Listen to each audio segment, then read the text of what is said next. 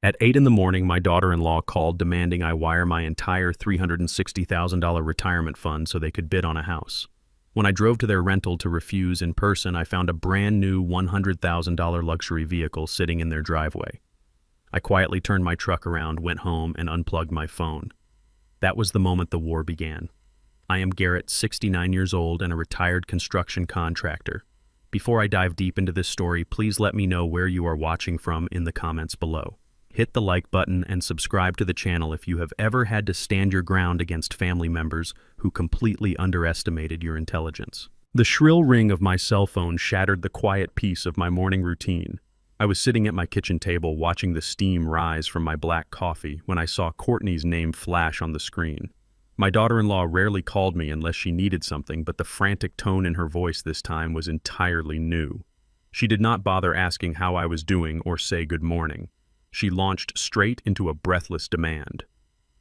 "Garrett, I need you to wire the $360,000 deposit right now," she barked, her voice echoing loudly through the receiver. "The housing auction starts at noon, and we cannot lose this property." I sat there in absolute silence, processing the sheer audacity of her request. She was talking about every single penny I had saved from 40 years of breaking my back in the commercial construction business. Before I could even form a proper response, there was a panicked shuffle on the line, and my son Devin took the phone. His voice was entirely different from his wife's. It was thin, trembling, and heavy with manufactured desperation. "Dad, please, you have to help us," he begged. "We are drowning in debt, and this house is our only way out to start fresh. If we do not secure this bid, we are going to lose absolutely everything." The desperation in his voice tugged hard at my paternal instincts, but my gut instinct told me something was terribly wrong. I told them I would drive over right away and we would discuss the money in person. I grabbed my keys and stepped out into the crisp morning air. The drive to their neighborhood usually took about 20 minutes, but today, every single mile felt like an eternity. My mind kept looping back to Devin's exact words. "We are drowning in debt." As I gripped the worn steering wheel of my old reliable pickup truck, a flood of heavy memories washed over me. I remembered what real drowning felt like. I remembered the brutal winter of 1995. Devin was just 7 years old, and his asthma was so severe that the freezing city wind would send him into terrifying wheezing fits that kept us up all night. My late wife Nadine and I had zero savings back then.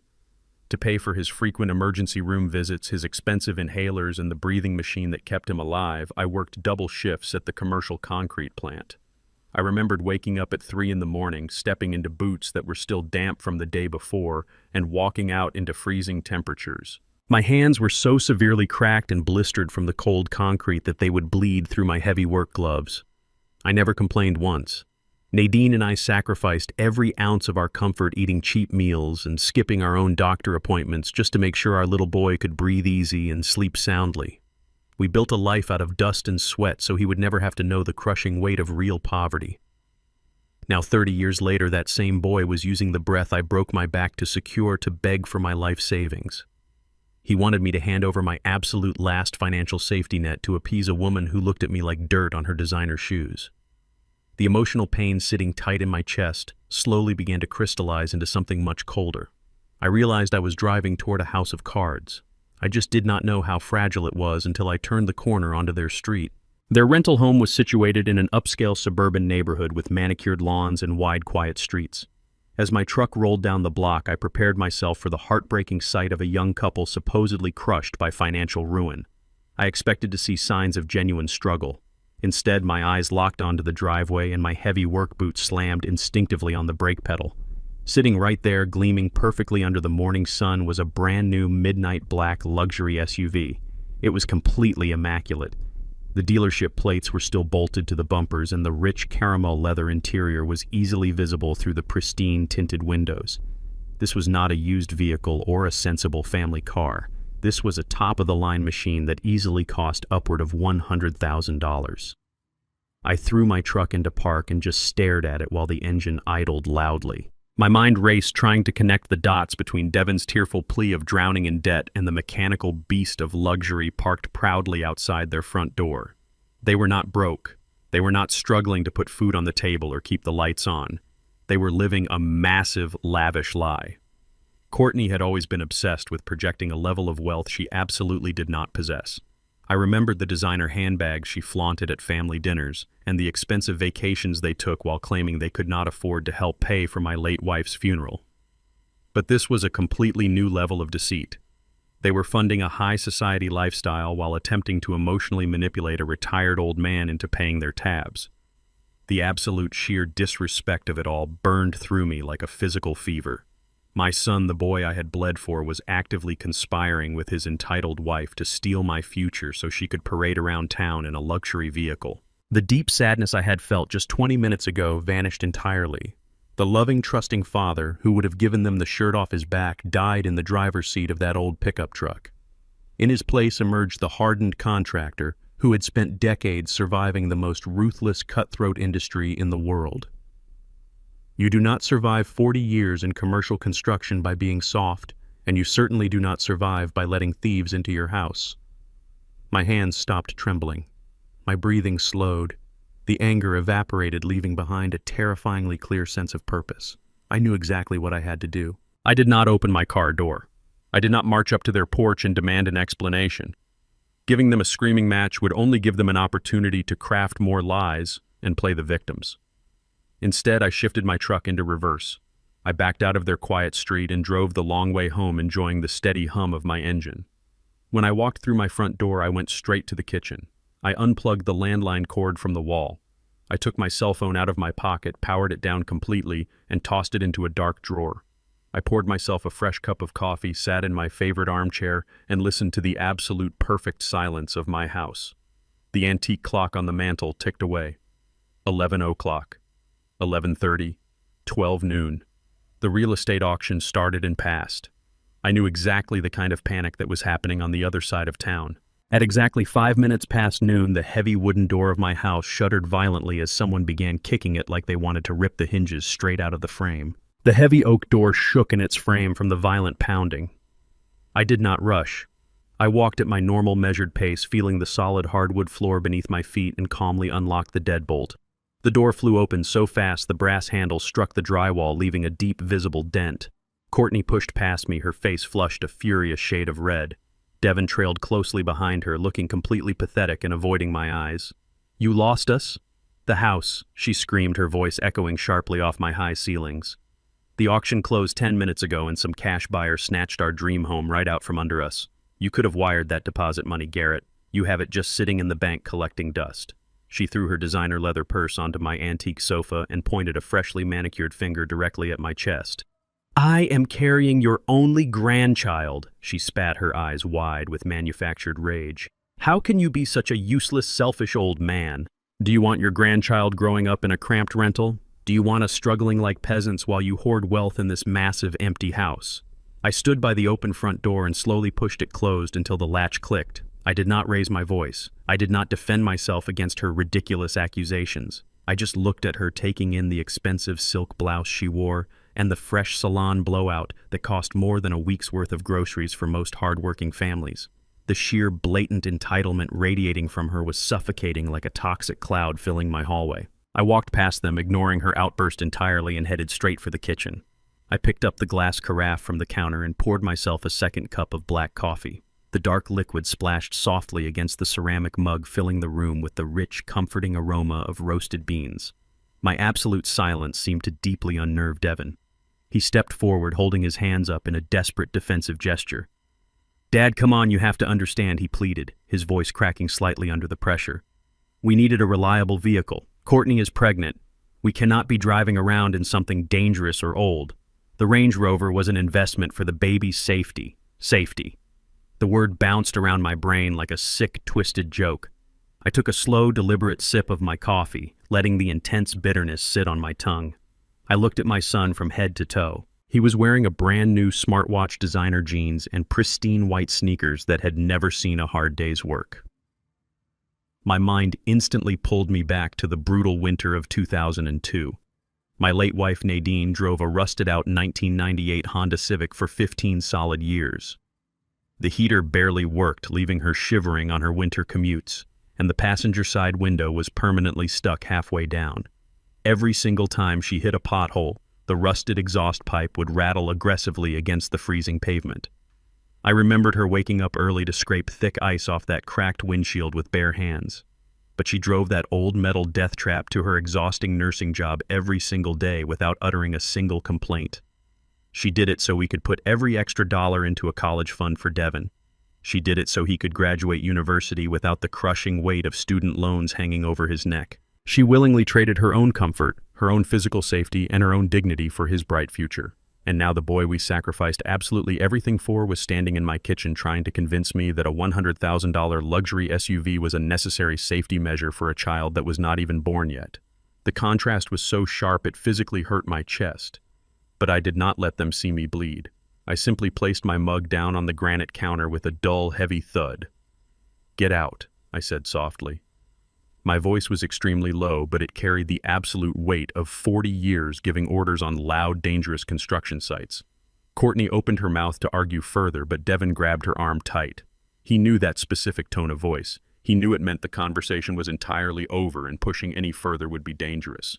They turned and stormed out, leaving my house as abruptly as they had entered. When the sound of their heavy engine faded down the quiet street, I walked over to the front window and let out a long, slow breath. I needed to focus my mind. I walked out to the metal mailbox at the end of my long concrete driveway.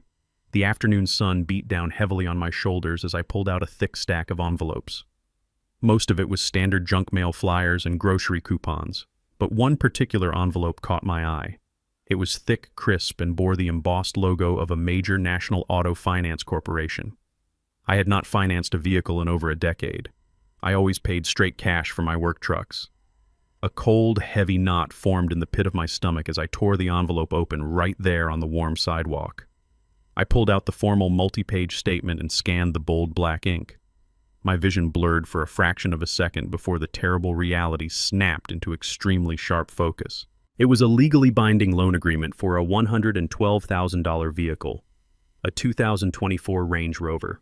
The primary borrower was listed as Devin, but right there underneath his name on the solid line reserved for the financial guarantor was my full legal name, Garrett. I was listed as the primary co-signer. I stared at the paper until the numbers seemed to lift off the bright white page. The interest rate was astronomically high, indicating Devin's credit score was completely trashed.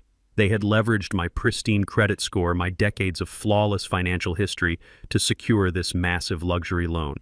But I had never signed a single piece of paper. I had never spoken to any dealership representative. I had never authorized a hard pull on my personal credit report. To co-sign a loan of this magnitude required multiple forms of verification, physical signatures, and verbal consent. How could they possibly bypass the strict fraud prevention measures of a major national bank? I walked back inside, tossing the rest of the useless mail onto the hallway table. I spread the finance documents out on the kitchen island and scrutinized every single page with the precision of a hawk. On the final page of the extensive agreement, there was a digital signature block. It did not contain my handwritten signature.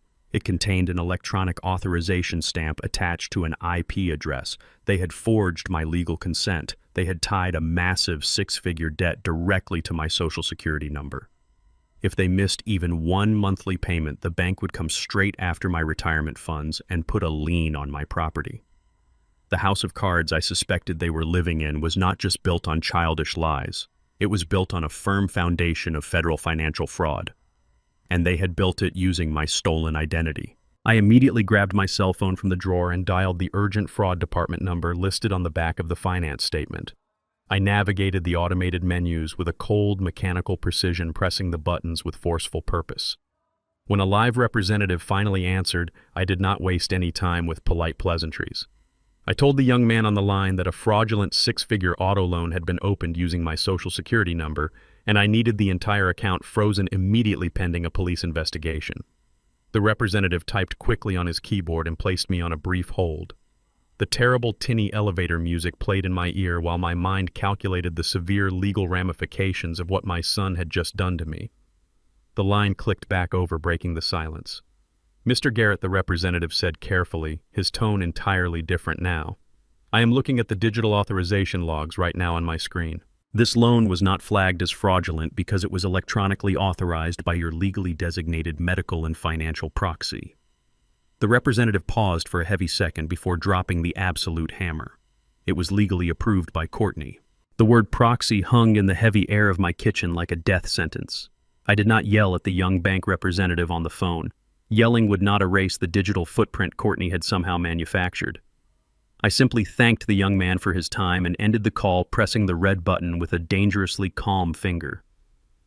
My mind raced, analyzing the structural integrity of my own life the same way I used to analyze the blueprints of a 30-story commercial high-rise. If she had managed to forge a proxy document convincing enough to pass the rigorous legal department of a national auto finance corporation, my personal bank accounts were completely exposed. Every single dollar I had saved, every investment portfolio I had built over 40 years of backbreaking labor was sitting in a vault that this deceitful woman now had the keys to. She did not just steal a car, she had stolen my legal identity. I grabbed my heavy jacket and a thick fireproof folder containing my original identity documents, my birth certificate, my passport, and my social security card. I did not bother calling my son. Devin was either a willing, active accomplice in this massive fraud, or he was too cowardly to stand up and stop his wife. Either way, he was completely useless to me now. I walked out to my truck, the afternoon sun feeling entirely cold against my skin. I drove straight to the main branch of my bank downtown. The tires of my truck gripped the asphalt with the same fierce intensity I felt tightening in my chest. I had to freeze absolutely everything. I had to lock the vault before Courtney could drain the absolute lifeblood of my retirement and leave me dying in the dirt. I walked through the heavy double-glass doors of the bank, bypassing the busy teller line and heading straight for the branch manager's private office. A young assistant in a tight suit tried to intercept me, but I moved with a heavy, determined stride that made him immediately step aside. The manager, Mr. Caldwell, was a man I had done business with for over 15 years. He had personally overseen the financing for several of my massive construction projects. When I sat down in the leather chair opposite his mahogany desk, I expected the usual firm handshake and professional courtesy. Instead, Caldwell looked up from his dual computer screens with a deeply uncomfortable, almost pitying expression. He clasped his manicured hands together and leaned forward, offering me a patronizing smile that you would typically reserve for a lost child wandering a grocery store. "Mr. Garrett, it is incredibly good to see you," he said slowly, over-articulating his words as if I were deaf. "Courtney called us just an hour ago to check on your balances. She mentioned you were having a particularly difficult week and might come in confused about your accounts." The absolute sheer cunning of it made my blood run cold. She had poisoned the well before I even arrived. Caldwell reached out across the desk as if to physically pat my hand. "She sent over the medical and financial power of attorney documents this morning. Our legal team is reviewing them right now. Do not worry, sir, your family is taking great care of your finances. You are in very good hands. If I had been an ordinary man, I would have screamed until my lungs gave out. I would have flipped his heavy desk, grabbed him by his expensive silk tie, and demanded they call the police immediately. But I am not an ordinary man. In the brutal summer of 1989, I faced down a notoriously corrupt city inspector who tried to extort my construction firm by threatening to condemn a multi-million-dollar apartment complex I was building. He sat across from me in a humid trailer with that exact same smug, patronizing smile demanding a massive bribe. I did not yell then either. I quietly gathered the hard evidence of his extortion, handed it directly to the federal authorities, and stood on the sidewalk watching them escort him out of City Hall in heavy steel handcuffs. Anger is a massive liability in a war. Calmness is a lethal weapon. I did not blink. I looked Caldwell dead in the eyes, my voice dropping a full octave, filling the quiet office with absolute authority. "Mr. Caldwell, I am of completely sound mind, and I have never signed a power of attorney for anyone in my entire life. You have known me for 15 uninterrupted years. Do I look confused to you? I want my accounts frozen immediately." Caldwell shifted incredibly uncomfortably in his expensive chair. The steady, unblinking intensity of my gaze completely shattered the frail illusion Courtney had carefully painted for him. The authoritative tone of my voice reminded him exactly who he was dealing with. He nervously typed his complex password into the system and brought up my main financial profiles. As the primary account owner standing physically in the branch with government-issued photographic identification, you have the ultimate authority. He admitted, adjusting his tie with a slightly shaking hand. I instructed him to immediately freeze all outbound wire transfers and permanently lock every single credit card attached to my name or my social security number. But as I sat there watching the screen reflect in his glasses, I knew a simple account freeze was absolutely not enough. If Courtney dragged me into a prolonged legal battle over the forged proxy documents, she could easily petition a corrupt or sympathetic judge to unfreeze the assets for my supposed medical care. I needed to move the capital out of her reach entirely. "Caldwell," I said, leaning closer to his desk, my voice barely above a whisper. "Before you apply the hard freeze, I need to execute a massive domestic transfer to my secondary holding company, $358,800. Caldwell's eyes went wide with absolute shock. He looked at the screen and then back at me. "Sir, that leaves exactly $1,200 in your primary checking account." I nodded slowly. "That is exactly correct. Execute the transfer right now." What Caldwell did not know, and what Courtney could never possibly discover, was that the secondary holding company was a blind corporate entity I established over a decade ago. It funneled directly into a highly secure offshore trust account located in the Cayman Islands. I had set it up back when my business was rapidly expanding as an absolute fail-safe against catastrophic corporate lawsuits and aggressive predatory developers. I never in a million years thought I would have to use it to protect myself from my own flesh and blood. Caldwell nervously processed the massive transaction. The heavy keyboard clicks echoed loudly in the quiet bank office. Within 3 minutes, the massive sum of money completely vanished from the local financial grid. It was now untraceable, untouchable, and absolutely secure from any domestic legal maneuvering. Courtney thought she was a brilliant mastermind for forging a proxy document to buy a luxury car. She had absolutely no idea she was playing chess against a man who spent his entire life building skyscrapers from the dirt up. She wanted to play dirty financial games with my life savings. I had just effectively wiped the entire board clean, let her try to steal from an empty vault. I left the bank feeling a dark, heavy sense of satisfaction. The afternoon traffic was thick, but I drove back to my house in total silence, plotting my next counterattack. When I finally pulled into my long concrete driveway, the temporary satisfaction instantly evaporated into the warm air. A plain, unmarked white sedan was parked along the curb, and a tall man in a cheap gray suit was standing directly on my front porch, holding a thick manila envelope. I threw my truck into park, stepped out, and walked up the pathway with my fists clenched at my sides. "Mr. Garrett?" the man asked, stepping forward to meet me on the grass. "Yes," I replied flatly. My eyes locked onto the document in his hand.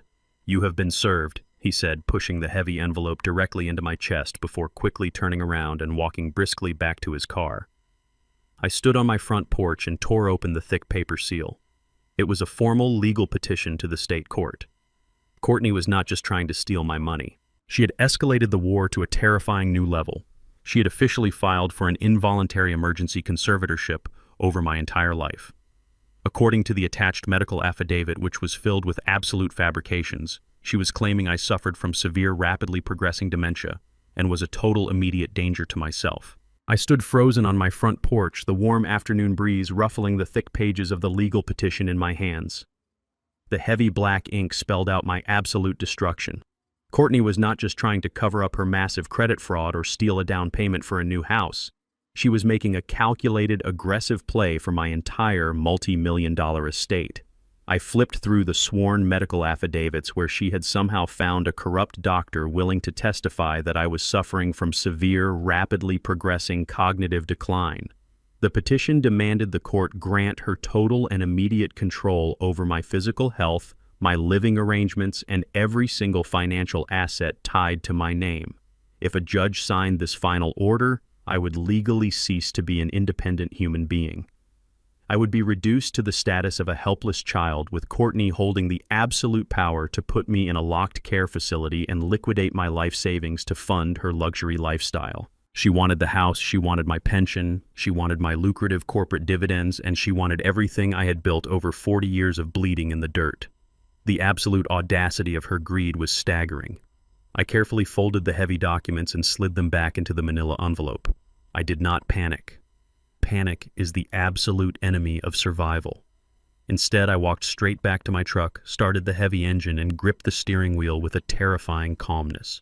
I drove downtown to a sleek, high-rise glass building that housed the most ruthless corporate law firm in the state.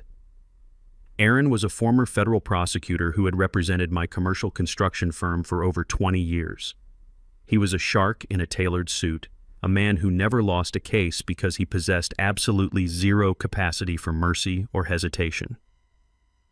When I walked into his spacious corner office and threw the thick legal petition onto his heavy mahogany desk, he did not even flinch. He picked up the document, scanned the pages with cold, calculating eyes, and let out a short, humorless laugh. "They are moving incredibly fast, Garrett," he said, leaning back in his leather chair. "An emergency ex parte hearing means they are trying to strip your rights before you even have a chance to mount a proper defense." I sat down opposite him and crossed my arms firmly. "I already secured the liquid assets in the offshore trust," I told him. "But she wants the real estate and the corporate residuals." Aaron tapped his expensive silver pen against the desk. "We could fight this aggressively right now," he suggested. "We could file an immediate injunction, challenge the medical affidavit, and drag them through years of brutal public litigation." I shook my head slowly. "No," I said, my voice dropping to a low, dangerous pitch. "If we block her now, she will just retreat and find another quiet way to attack me in the dark. We are going to let her think she is winning. We are going to let her walk right into the trap." Aaron stopped tapping his pen and looked at me with a deep, predatory understanding. It was the exact same silent tactical maneuver I had used back in the brutal summer of 1986. Back then, a massive corrupt steel supplier tried to aggressively bleed my young company dry by withholding critical building materials and attempting a hostile financial takeover. Instead of fighting them loudly in the press or in the immediate courts, I played incredibly weak. I let them think I was bankrupt and completely desperate. I allowed them to overextend their massive credit lines to swallow what they thought was my dying company. The moment they were financially exposed and absolutely certain of their victory, I snapped the trap shut using a hidden secondary supplier and a mountain of their own documented federal tax evasion. They lost absolutely everything in 48 hours, and their leadership went to federal prison. I destroyed them with pure, absolute silence. I was going to do the exact same thing to my own daughter-in-law. "We do not object to the initial temporary conservatorship," I told Aaron. "We let her take the wheel. Then we drive her straight off the cliff." Aaron immediately began drafting the necessary countermeasures and setting up the invisible legal tripwires that would eventually destroy her. I left his office feeling a deep, cold sense of clarity. The sun was beginning to set, casting long, dark shadows across the city streets as I drove back to my quiet suburban neighborhood. I expected to spend the evening alone, sitting in my dark living room and mentally preparing for the brutal war ahead. But as I turned onto my familiar tree-lined street, I immediately noticed a massive, unfamiliar moving truck parked haphazardly across my pristine front lawn. Deep, heavy tire tracks were brutally carved into the manicured grass I had maintained for 2 decades. Several large, heavy cardboard boxes were stacked recklessly on my front porch, crushing Nadine's beloved rose bushes. My heart hammered aggressively against my ribs, but I forced my face into a mask of absolute calm. I parked my truck in the driveway and walked slowly up the concrete path. This house was not just brick and mortar to me. It was a monument to every sacrifice my wife and I had made. It was the sanctuary where I nursed Nadine through her final days. Seeing it violated by strangers' boxes felt like a physical knife twisting in my gut. The heavy brass lock on my solid oak front door looked entirely different. It was shiny, brand new, and completely lacked the familiar scratches from years of my daily use. I pulled my heavy key ring from my pocket and slid my house key into the lock. It hit a solid metal barrier halfway in. It did not turn. I pulled the key out and tried again, pushing harder. Nothing. The entire deadbolt system had been professionally replaced. I took a step back and looked at the large front windows. The heavy custom curtains Nadine had hand-stitched 20 years ago were completely gone, violently ripped down and replaced by cheap, modern plastic blinds. Through the glass, I could see strange, ugly furniture sitting in my beautiful living room. A sickening wave of realization washed over me. Courtney had not just filed the emergency petition. She had somehow used the pending status of the court documents to convince a local locksmith that she had legal authority over the property. She was aggressively invading my personal sanctuary while I was downtown preparing my legal defense. She was moving in and taking over my life before a judge had even signed a single piece of paper. Before I could even raise my heavy fist to knock, the brand new deadbolt clicked loudly from the inside. The heavy oak door swung open wide. Courtney stood there blocking the threshold. She was wearing comfortable, expensive loungewear and holding a large glass of my premium imported red wine that she had obviously taken from my private cellar. She swirled the dark red liquid in her glass, entirely unbothered by the fact that she was committing domestic theft. A smug, incredibly triumphant smirk was plastered across her face. Behind her, I could clearly see Devon carrying a large flat-screen television up the wooden stairs toward my master bedroom. Courtney took a slow, arrogant sip of her wine and looked me up and down, as if I were a lost, pathetic beggar standing on her property. "You are home early, Garrett," she said, her voice dripping with fake, sugary concern. "Do not look so confused." The court agreed. "You absolutely should not be living alone in your rapidly declining condition. We packed up our rental this afternoon." She stepped aside, gesturing broadly to the massive mess of boxes in my hallway. "We have moved in to take care of you." I stood on my own front porch looking at the woman who had just orchestrated the hostile takeover of my entire life. I let my broad shoulders sag intentionally under my heavy winter coat. I let the thick legal envelope slip slightly from my grip, allowing my large hands to tremble just enough to sell the grand illusion. "Oh, Courtney," I muttered, letting my voice crack with manufactured fragility and deep confusion. "I do not understand what is happening here. Why are there moving boxes everywhere?" Her smug smile widened into a look of absolute wicked triumph. She was holding a large crystal glass filled with my premium imported red wine. The sheer audacity of her drinking my private reserve while actively evicting me from my own living room was staggering. She took another slow, arrogant sip and stepped aside, motioning for me to enter the main hallway with a grand, sweeping gesture. "It is very simple, Garrett," she said, speaking to me slowly and loudly as if I were a very slow toddler. "The judge signed an emergency temporary order this afternoon. You are a certified danger to yourself. Your mind is going fast. So Devon and I are stepping up to manage your daily care and your vast property. We have already claimed the master bedroom upstairs to prepare for the baby." She walked past the living room and over to the narrow wooden door tucked neatly under the main staircase. She yanked it open. A rush of stale, musty air wafted up from the absolute darkness below. She pointed a freshly manicured finger down the steep wooden steps leading into the damp, unfinished cellar. "We set up a small cot for you down there," she stated, her tone entirely devoid of any human empathy. "It is perfectly safe, and it keeps you completely out of our way while we renovate the main floors to suit our modern tastes. This is your new room." I looked down into the pitch-black stairwell. I could hear the heavy thumping of Devon's footsteps on the floorboards directly above me as he arranged his expensive designer clothes in the bedroom I had shared with his mother for 30 beautiful years. He did not come downstairs to help me with my bags. He did not even peek around the corner to look his father in the eye. He was a complete coward, hiding behind the vicious skirts of his greedy wife while she banished me to the dark underground. I slowly picked up the small battered suitcase I kept packed for emergencies in the back of my truck. I leaned heavily on the wooden handrail and began my slow, agonizing descent down the narrow stairs. Each wooden step groaned loudly under my weight. Courtney stood at the top of the stairs, watching me struggle with absolute unblinking satisfaction before violently slamming the door shut. The loud click of the heavy lock plunged me into near-total darkness. The damp chill of the underground air immediately seeped through my thin shirt, but the raging fire burning deep in my chest kept me entirely warm. I reached out and pulled the string of a single bare bulb hanging in the center of the basement, bathing the damp concrete walls in a sickly yellow light. They thought they were sending me to a miserable dungeon. They thought the cold gray walls and the unfinished concrete floors would break my spirit and hasten my supposed mental decline. They had absolutely no idea they were throwing a highly calculated predator directly into his own perfectly constructed den. As I looked around the large unfinished space, my mind immediately traveled back to the blistering hot summer of 1982.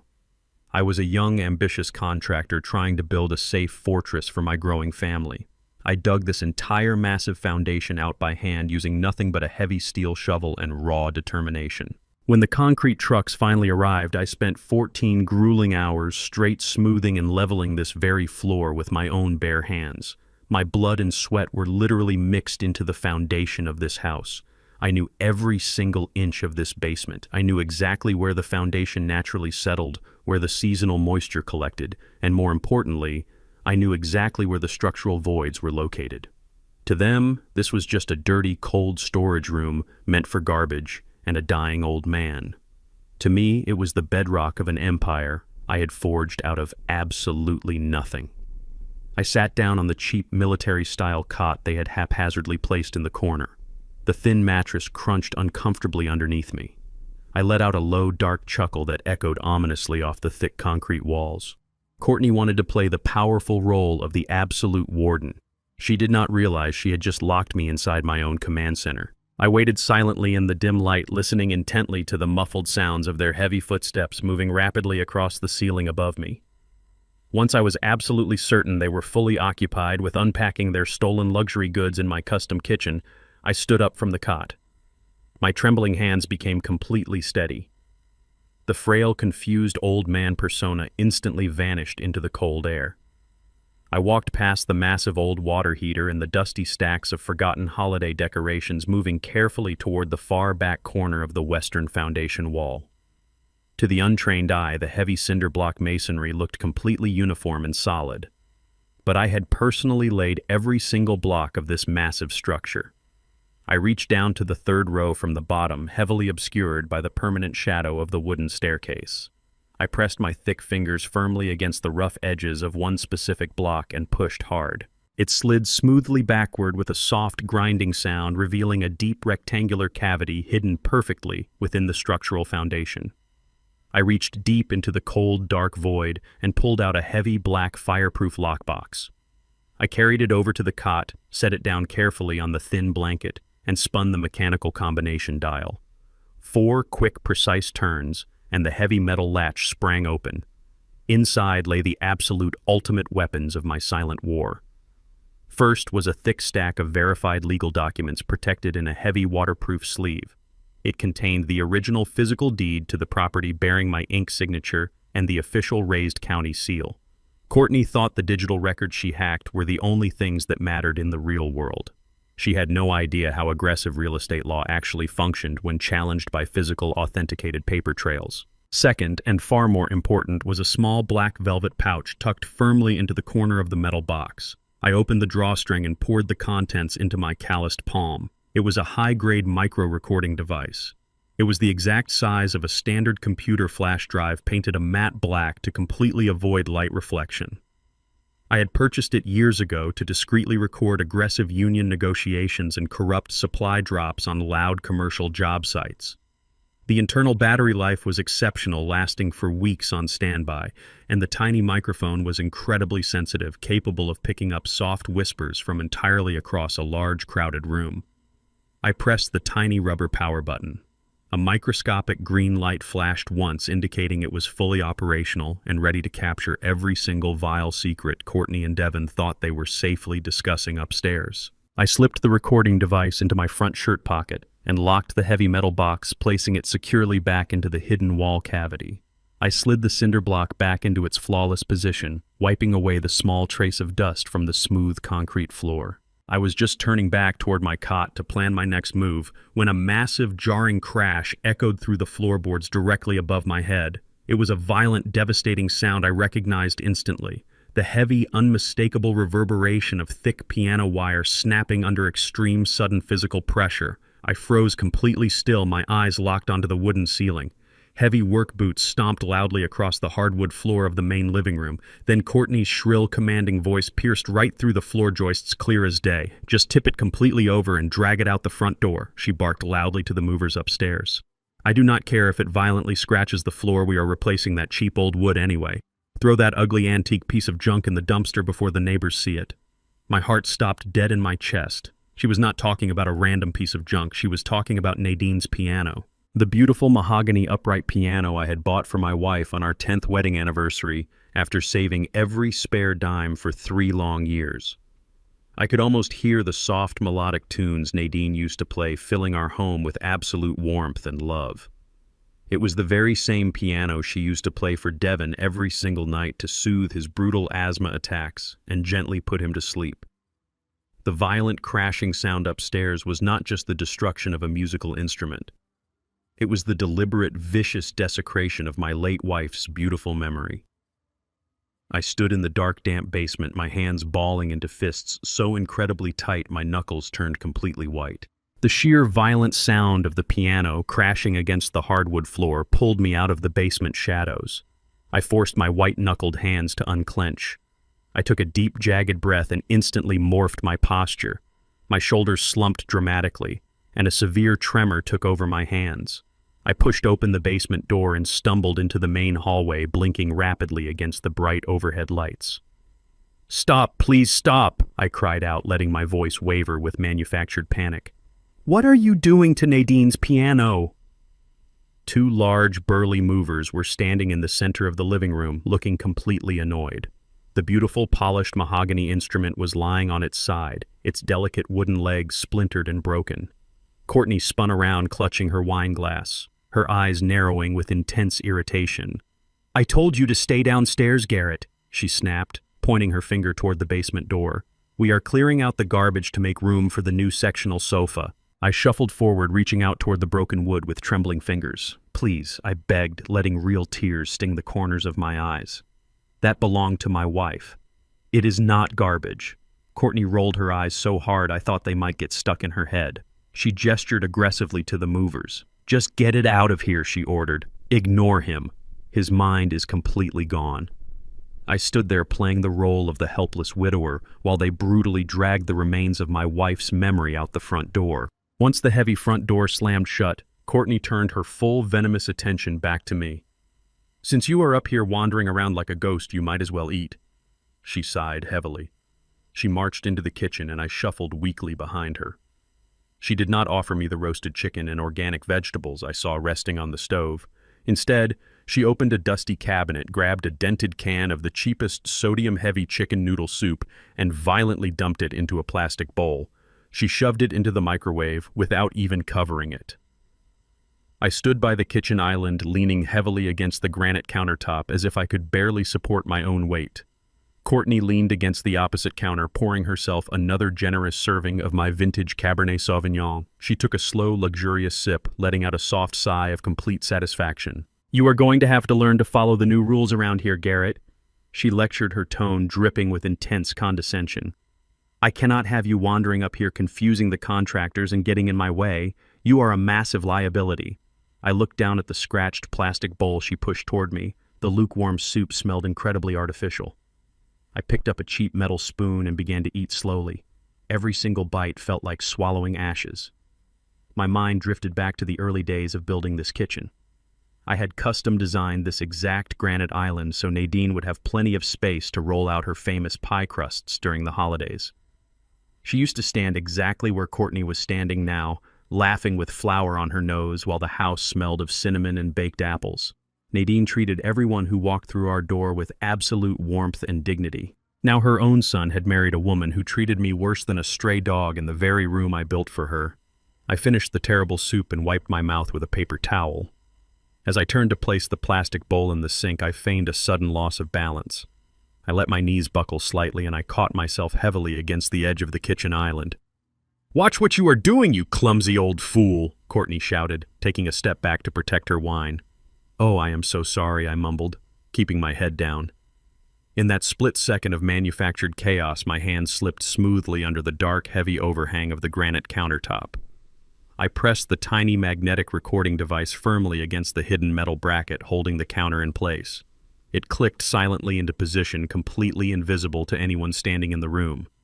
I apologized again and slowly shuffled back toward the basement, leaving the perfect electronic spy right in the heart of her new kingdom. The basement was completely freezing by midnight, but I did not feel the cold. I sat on the edge of the stiff military cot, illuminated only by the faint glow of the single hanging bulb. I had waited 6 grueling hours in absolute silence before accessing the receiver paired with the hidden recording device. I placed the small wireless earbud into my right ear and pressed the playback button on the secure digital receiver. The audio feed was terrifyingly crystal clear. I could hear the clinking of wine glasses and the soft background noise of the television upstairs. Then I heard Devin's voice. He sounded incredibly tired and stressed. "Are you sure we are doing the right thing, Court?" he asked, his voice low and hesitant. The old man looked absolutely broken when they dragged that piano out. My stomach twisted at the sheer pathetic weakness in his voice. He knew it was wrong, but he was too much of a coward to stop it.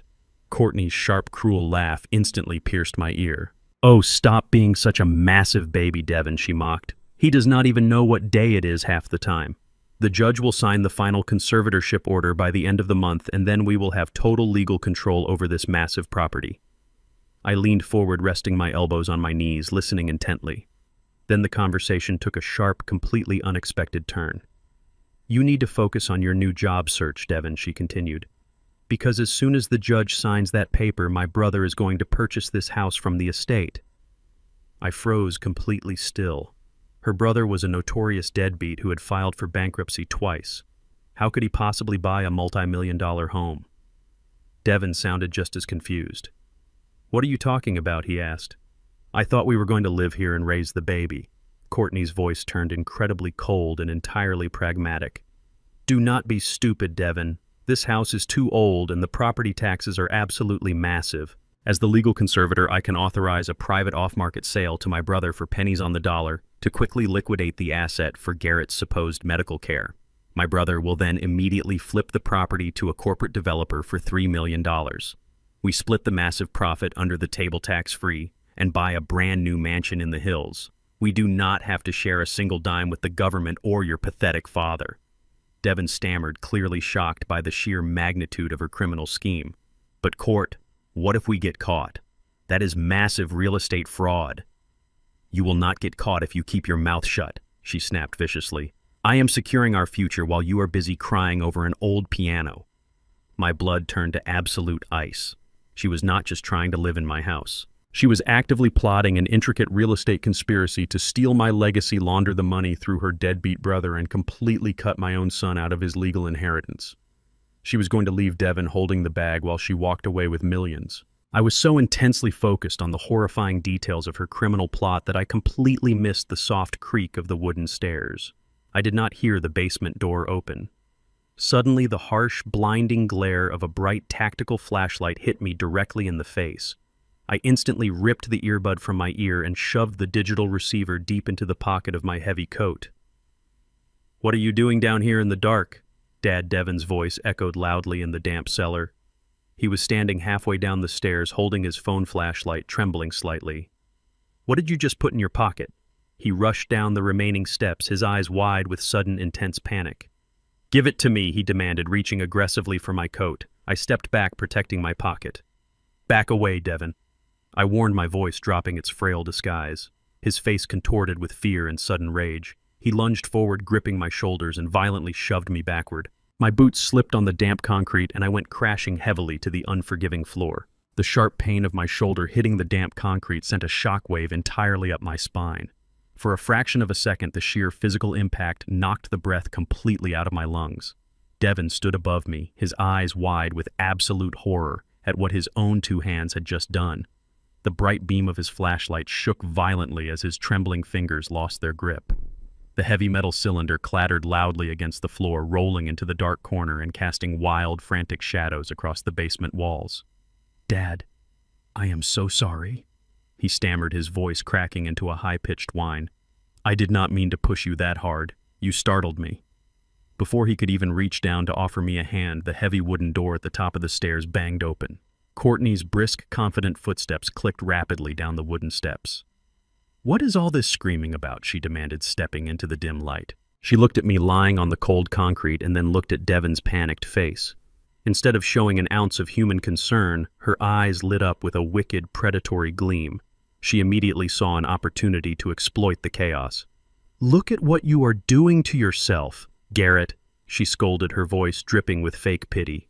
"You are wandering around in the dark, falling over your own 2 feet and getting violent with your own son. You are a massive danger to everyone in this house." She turned to Devin and placed a comforting hand on his shoulder. "It is not your fault, honey," she cooed manipulatively. "His mind is completely deteriorating. He does not know what he is doing anymore. We need to get this sorted out right now before he seriously injures himself." Courtney reached into the deep pocket of her expensive cashmere cardigan and pulled out a neatly folded piece of thick legal paper. She unfolded it briskly and held it out toward me, her freshly manicured nails tapping impatiently against the crisp white edge. "This is a standard medical waiver," she lied smoothly, not breaking eye contact. "It just gives Devin and me the legal authority to hire a professional and home nurse to monitor you. If you sign this, we can finally get you the proper medical help you clearly need after a dangerous fall like this." I remained on the floor, propped up slightly on my good elbow. I let my head hang low, breathing heavily as if the fall had completely drained my remaining life force. I squinted at the document through the dim basement lighting. I did not need my reading glasses to recognize the standard bold formatting of a state court heading.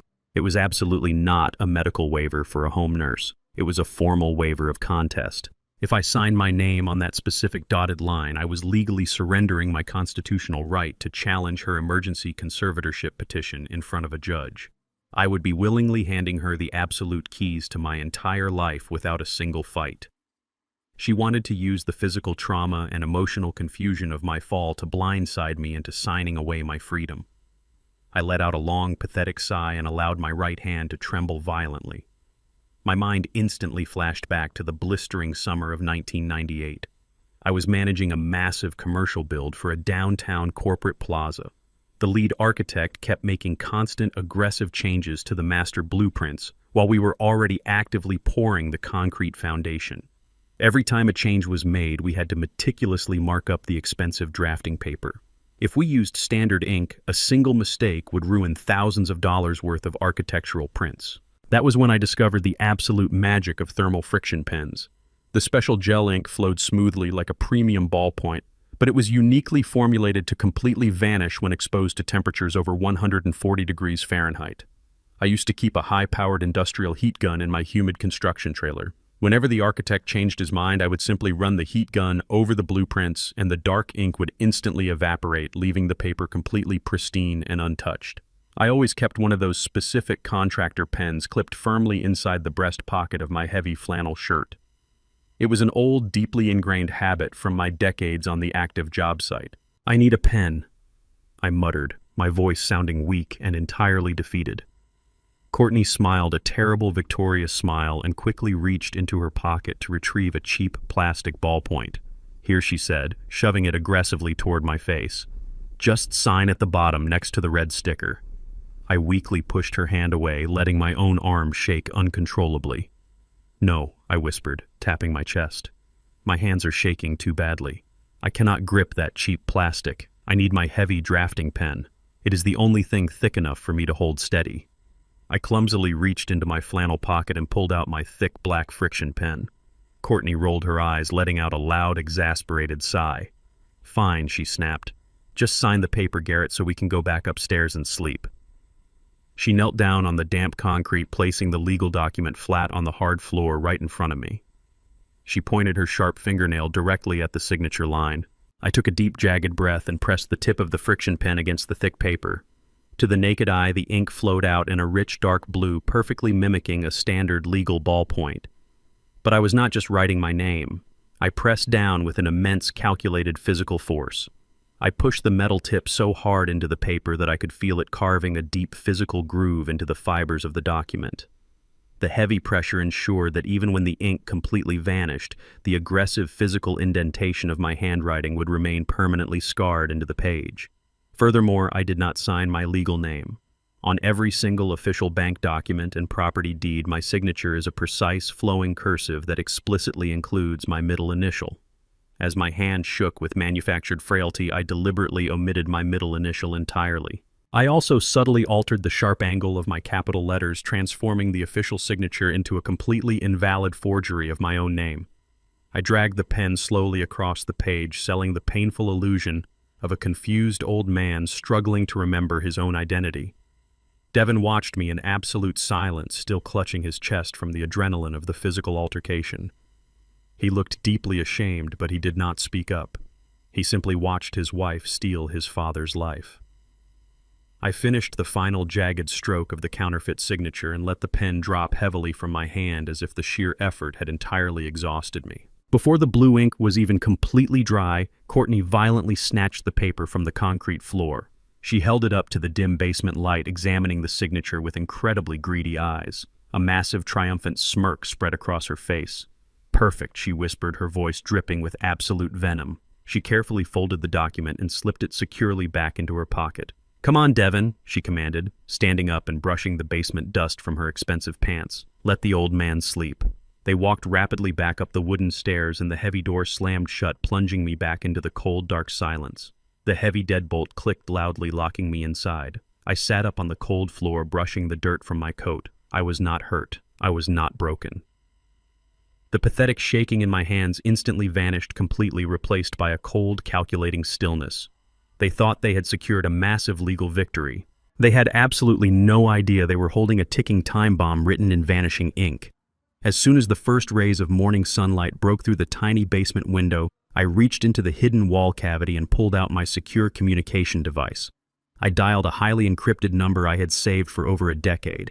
Within 5 minutes, I had officially hired the most ruthless private forensic document examiner in the state to stand by for the upcoming court date. The trap was perfectly set. The weekend arrived with a suffocating wave of summer heat and the loud, obnoxious sounds of a backyard celebration. I sat on my stiff military cot in the dim basement, listening to the heavy thumps of footsteps crossing the main floor directly above my head. Courtney had invited her entire extended family over for a lavish Saturday afternoon barbecue to officially show off her brand-new stolen estate. The rich, heavy smell of expensive prime rib grilled asparagus and sweet hickory smoke wafted through the floorboards, mocking my absolute isolation. I could hear the obnoxious clinking of expensive crystal glasses, the pop of imported beer bottles, and the booming, arrogant laughter of her relatives echoing through my backyard. They were treating my home like a conquered territory, celebrating their glorious victory over a helpless old man. To ensure her perfect high society facade remained completely unblemished, Courtney had gone a step further than just ordering me to stay downstairs. I walked over to the heavy wooden basement door and twisted the brass knob. It was completely rigid. She had physically locked the exterior deadbolt from the main hallway, trapping me in the damp cellar like an unwanted animal. She wanted to parade around my pristine garden, showing off the imported Italian stone patio I built with my own hands without the embarrassing presence of her supposedly demented father-in-law. She thought locking a heavy door would keep her dark secret safely buried in the basement. She thought she had completely neutralized the threat by tossing me into the dark and turning the key. She fundamentally misunderstood the man she was trying to imprison. You cannot lock a master builder inside a house he constructed from the foundation up. I walked over to my small, battered suitcase and pulled out a clean, crisp linen suit I had packed for emergencies. I took my time dressing carefully, buttoning the light blue collared shirt and adjusting my expensive leather belt. I brushed the basement dust from my polished dress shoes and combed my hair back with absolute precision. I was not going to emerge looking like the frail, confused victim she had described to her family. I was going to walk out looking exactly like the multi-millionaire owner of the estate. I approached the locked door and reached into my pocket, pulling out a thin piece of rigid tension steel I always kept on my keychain. During my decades managing massive commercial construction sites, I had to bypass hundreds of jammed deadbolts, broken lock cylinders, and secured temporary doors. The cheap residential lock Courtney had installed was an absolute insult to my experience. I slid the metal pick into the keyway, applied a gentle rotational pressure, and manipulated the internal pins with practiced ease. Within 10 seconds, the heavy deadbolt clicked open with a satisfying metallic snap. I pushed the door open and stepped into the bright hallway.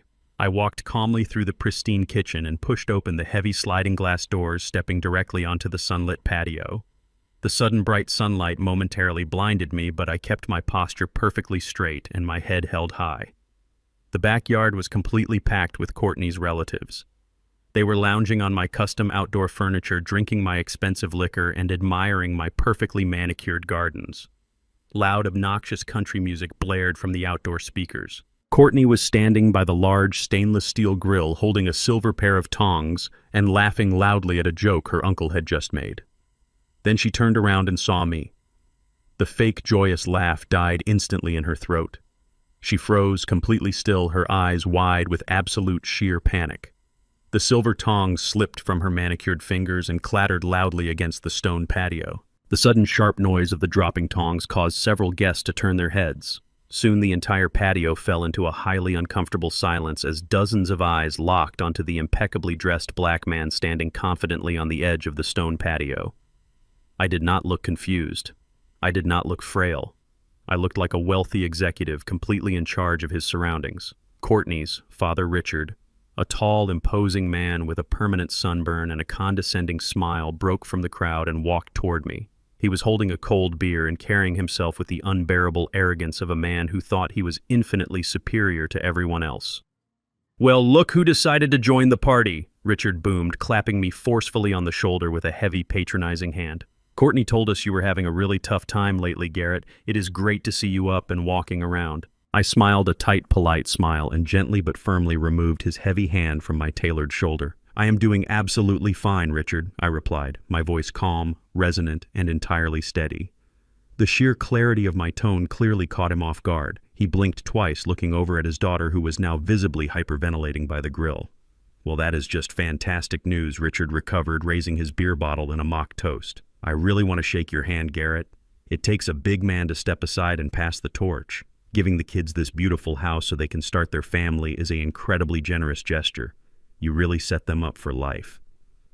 I let the silence hang in the warm summer air for 3 agonizing seconds. Every single guest on the patio was listening intently to our exchange. I looked Richard dead in the eyes, my polite smile never wavering but my gaze turning as cold as absolute ice. "That is a very interesting perspective, Richard," I said, my voice projecting clearly across the quiet yard. "But I am afraid there has been a massive misunderstanding.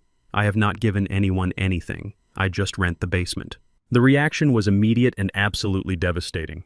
A collective murmur of deep confusion rippled through the wealthy crowd. Richard's condescending smile vanished completely, replaced by a hard, bewildered frown. He spun around to look at Courtney, who was now trembling with pure, unadulterated rage. Her face flushed a dark, humiliating red. She had explicitly told them she owned the property outright.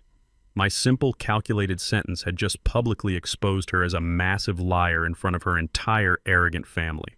I did not stay to watch the inevitable screaming match. I simply gave Richard a polite nod, turned around, and walked calmly back inside the house, leaving a trail of absolute social destruction in my wake.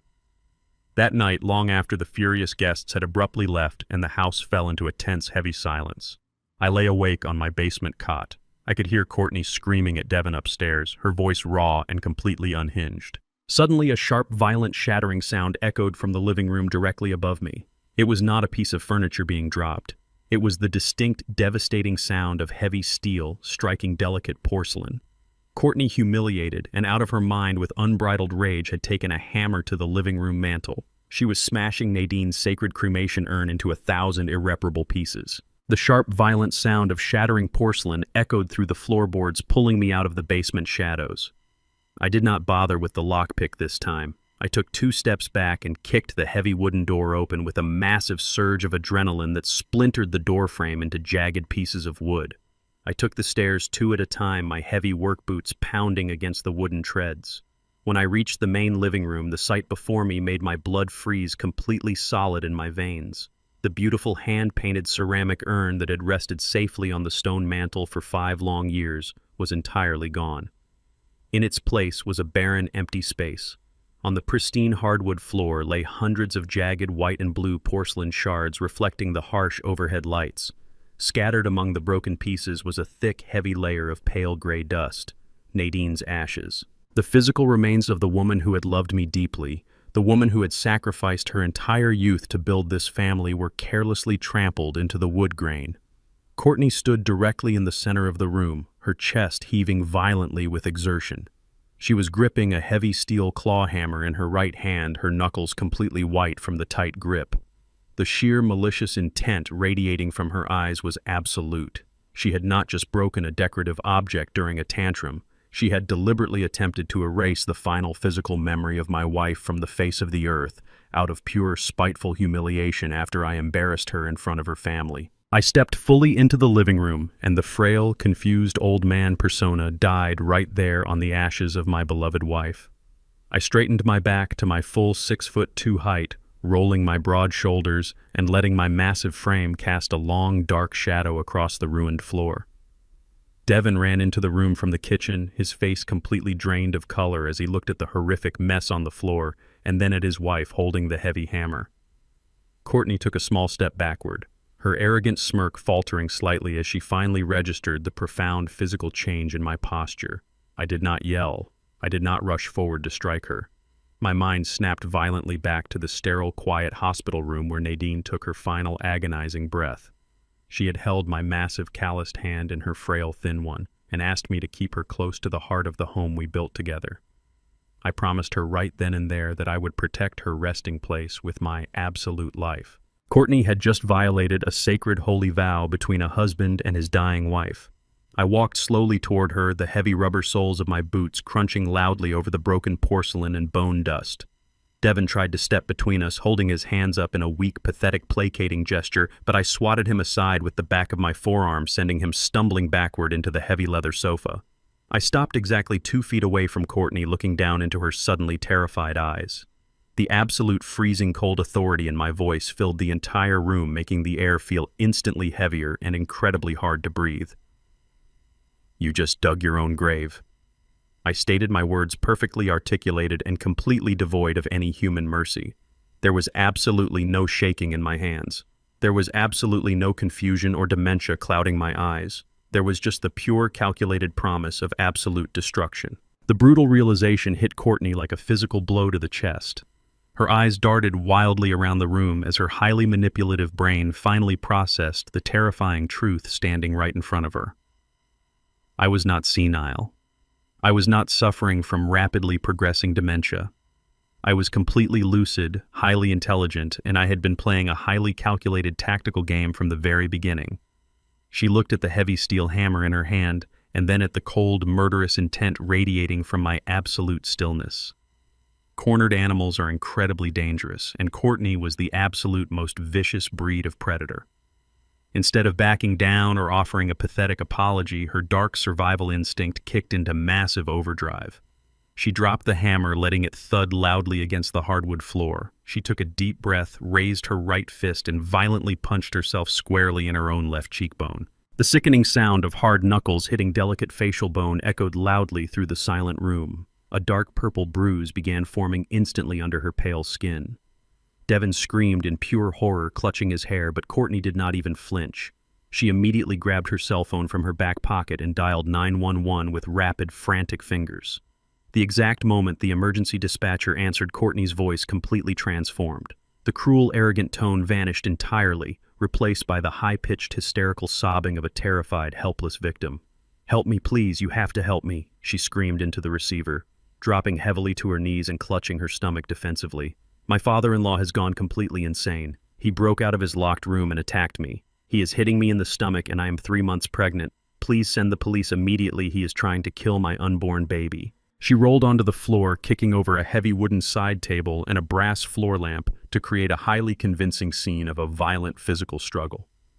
She looked up at me from the floor, real tears streaming down her bruised face, while a wicked, victorious smile curled the corners of her lips.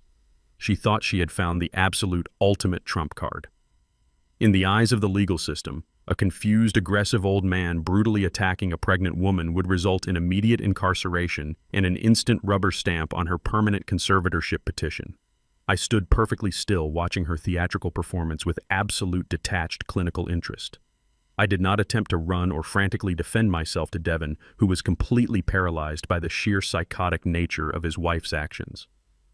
I simply reached deep into my pocket and pressed my thumb against the fabric, ensuring my secret audio recorder was still completely operational and capturing every single word. Within 5 short minutes, the piercing wail of police sirens tore through the quiet evening air of my suburban neighborhood. Heavy uniform boots pounded aggressively up the concrete front walkway, and the front door was kicked open by 2 large patrol officers with their service weapons drawn and ready. "Drop to the ground right now," the lead officer shouted, pointing the barrel of his gun directly at my chest. Courtney wailed even louder, pointing a trembling, accusatory finger at me from the floor while cradling her stomach. I did not resist or try to explain the complex situation. Arguing with armed police officers is a fool's game. I slowly raised my hands into the air and lowered myself carefully to the hardwood floor, lying face down right next to the scattered ashes of my wife. Rough, forceful hands grabbed my wrists, twisting my arms painfully behind my back and locking heavy, cold steel handcuffs tightly around my skin. They hauled me roughly to my feet, treating me exactly like a highly violent criminal, while a team of paramedics rushed through the door to tend to Courtney's completely fabricated injuries. As the officers marched me aggressively out the front door, the harsh, rotating red and blue lights of multiple police cruisers illuminated the terrified, curious faces of my neighbors standing on their lawns. The officers pushed my head down and threw me aggressively into the cramped, hard plastic back seat of the patrol car, violently slamming the heavy metal door shut behind me. The concrete bench in the precinct holding cell was absolutely freezing, a sharp, miserable contrast to the thick, humid summer night radiating outside the small barred window. The heavy steel bars cast long, imposing shadows under the constantly flickering fluorescent lights of the county jail. I sat completely still in the dark corner, listening to the distant, aggressive shouts of intoxicated inmates and the heavy, metallic clatter of police radios. I did not sleep for a single second. I knew exactly what was happening miles away in my quiet suburban neighborhood. Courtney was absolutely not wasting a single fraction of my temporary incarceration. With a formal police report documenting a supposed violent assault against a pregnant woman, she had successfully acquired the ultimate temporary legal leverage she so desperately craved. She was actively using my forced absence to systematically strip my entire multi-million-dollar house completely bare. I could vividly picture her aggressively barking orders at a crew of emergency overnight estate liquidators, waving her emergency conservatorship petition around like a royal decree. She was ruthlessly boxing up decades of my hard-earned life. My expensive antique mahogany furniture, the rare first edition architectural books I had meticulously collected for 30 years, the imported Persian rugs, and the incredibly valuable oil paintings Nadine and I had purchased on our anniversary trips to Europe. Every single item of value was being rapidly loaded into massive unmarked moving trucks under the dark cover of night. She was illegally converting my physical legacy into fast, untraceable cash before I could even stand in front of a judge to defend myself. She honestly thought putting me in a cage would break my spirit and force me to surrender. She did not realize she had simply given me the perfect quiet alibi while my own massive trap finally snapped shut. Morning finally broke with the harsh, deafening metallic screech of the main cell block door sliding open. A tired-looking, heavily armed guard called my name, pointing his heavy black baton toward the secure visitor interview rooms down the hall. I stood up slowly, smoothing the deep wrinkles from my crisp linen suit, and walked calmly down the stark gray concrete corridor. Sitting patiently behind the thick, scratched, bulletproof glass in the attorney consultation booth was Aaron. He was wearing an impeccable tailored navy blue suit, looking completely out of place in the grim, depressing reality of the county jail. His sharp, calculating eyes scanned my face intensely, looking for any signs of physical abuse or mental exhaustion from the night behind bars. When he saw my calm, composed expression, a slow, dangerous smile spread across his face. "The precinct captain wants to set your bail at $50,000 due to the severe domestic violence enhancement," Aaron said, his voice buzzing clearly through the small metal speaker grill. "I can have you out of here in exactly 1 hour, Garrett. Just give me the official word and I will post the bond." I sat down heavily on the hard metal stool and leaned extremely close to the scratched glass. "I do not want bail." "Aaron," I whispered, my voice cold, hard, and entirely resolute, "I want to trigger Protocol Omega right now." Aaron's confident smile vanished completely, instantly replaced by a look of sheer, lethal professionalism. Protocol Omega was not a standard legal defense strategy. It was a completely scorched earth legal maneuver we had developed years ago to utterly destroy a massive, fraudulent corporate competitor who had aggressively tried to frame my construction company for structural negligence. It involved simultaneously unleashing an absolute avalanche of irrefutable digital evidence, freezing every single associated financial asset, and initiating highly aggressive federal countercharges that would completely paralyze the enemy before they could even react. It was the absolute nuclear option. "Are you absolutely certain?" Garrett Aaron asked, tapping his expensive silver pen deliberately on his leather briefcase. "Once I initiate this specific protocol, there is absolutely no walking it back. The authorities will take over and she will face severe federal prison time for perjury and fraud." I looked at the blank concrete wall behind him, remembering the sickening, violent sound of Nadine's beautiful cremation urn shattering against the hardwood floor.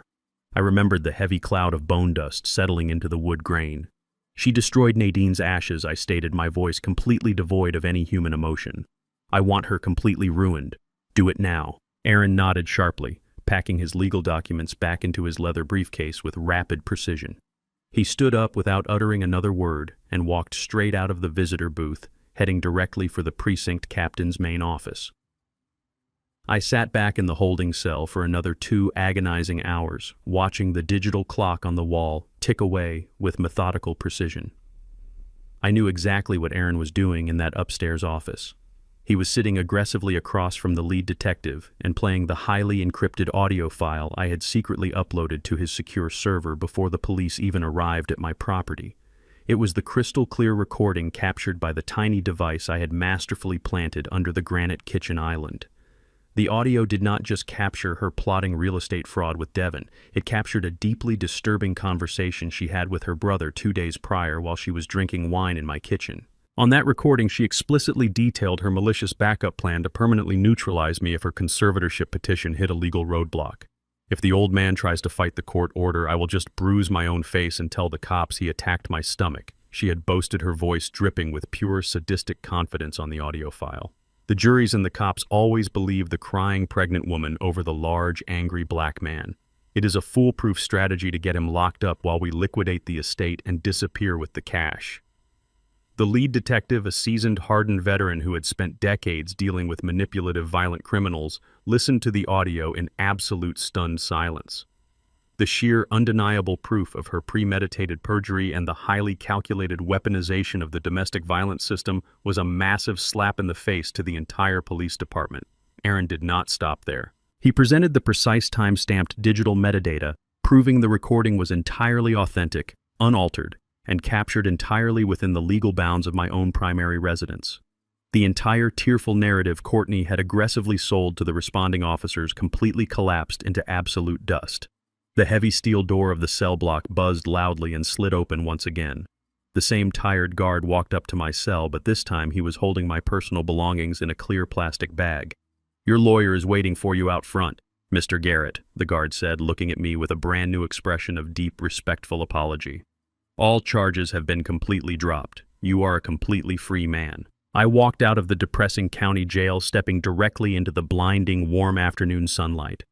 Aaron was waiting patiently by his sleek black town car parked at the curb. He handed me the keys to my pickup truck, which he had already retrieved from the city impound lot to save me the trouble. I drove back to my quiet suburban neighborhood, feeling the heavy, satisfying weight of absolute vindication settling into my chest. When I finally pulled into my long concrete driveway, the massive moving trucks I had envisioned were completely gone. The heavy front door was unlocked, swinging slightly open in the warm summer breeze. I walked inside, and the sharp, hollow echo of my boots confirmed my absolute deepest suspicions. The entire massive house was completely empty. Every single piece of furniture, every beautiful rug, every expensive painting, and every high-end appliance had been ruthlessly stripped from the property. The living room was a barren wooden wasteland stripped of all life and history. But as I turned around and looked out the large front window, a cold, incredibly victorious smile touched my lips. She had illegally taken all my possessions, but sitting right there in the middle of the driveway, gleaming perfectly in the afternoon sun, was her precious $100,000 Range Rover. I stood perfectly still in the center of my barren living room, the thick, heavy silence of the empty house pressed against my ears. Where there used to be a lifetime of carefully curated memories, there was now nothing but bare hardwood floors and faint rectangular outlines on the painted walls where my expensive artwork used to hang. I walked slowly toward the large front window, my heavy boots echoing hollowly against the bare wood. I looked through the glass at the pristine driveway. Sitting right there, mocking my entire existence, was the massive midnight black Range Rover Courtney had fraudulently purchased using my stolen financial identity. She had liquidated my entire physical estate, but she had carelessly left her most prized possession incredibly vulnerable. I reached into the pocket of my linen suit and pulled out my cell phone, which the precinct guard had returned to me upon my release. I did not dial the local bank branch this time. I dialed the direct emergency line for the Federal Fraud Investigation Unit of the National Auto Finance Corporation. When the senior fraud investigator answered, I did not mince words. I clearly identified myself and provided my social security number. I informed him that my attorney had just successfully defeated a malicious false arrest charge and that we were officially filing federal identity theft charges regarding the six-figure auto loan attached to my name. I provided the investigator with Aaron's direct contact information and the precise legal docket number proving the medical proxy Courtney had used was entirely fraudulent and actively under criminal investigation. The investigator typed rapidly on his end of the line. The tone of his voice immediately shifted from bureaucratic indifference to high alert. When a massive financial institution realizes a $100,000 unsecured asset is tied to active federal identity theft, they do not politely ask for the keys back. They completely panic. The investigator formally placed the loan into immediate default status and authorized a hyper-expedited recovery order. The trap was set. Less than an hour later, a sleek silver luxury rideshare pulled smoothly up to my curb. The back doors opened and Courtney stepped out, followed closely by Devin. They were both carrying multiple large designer shopping bags from the most expensive high-end maternity boutiques in the city.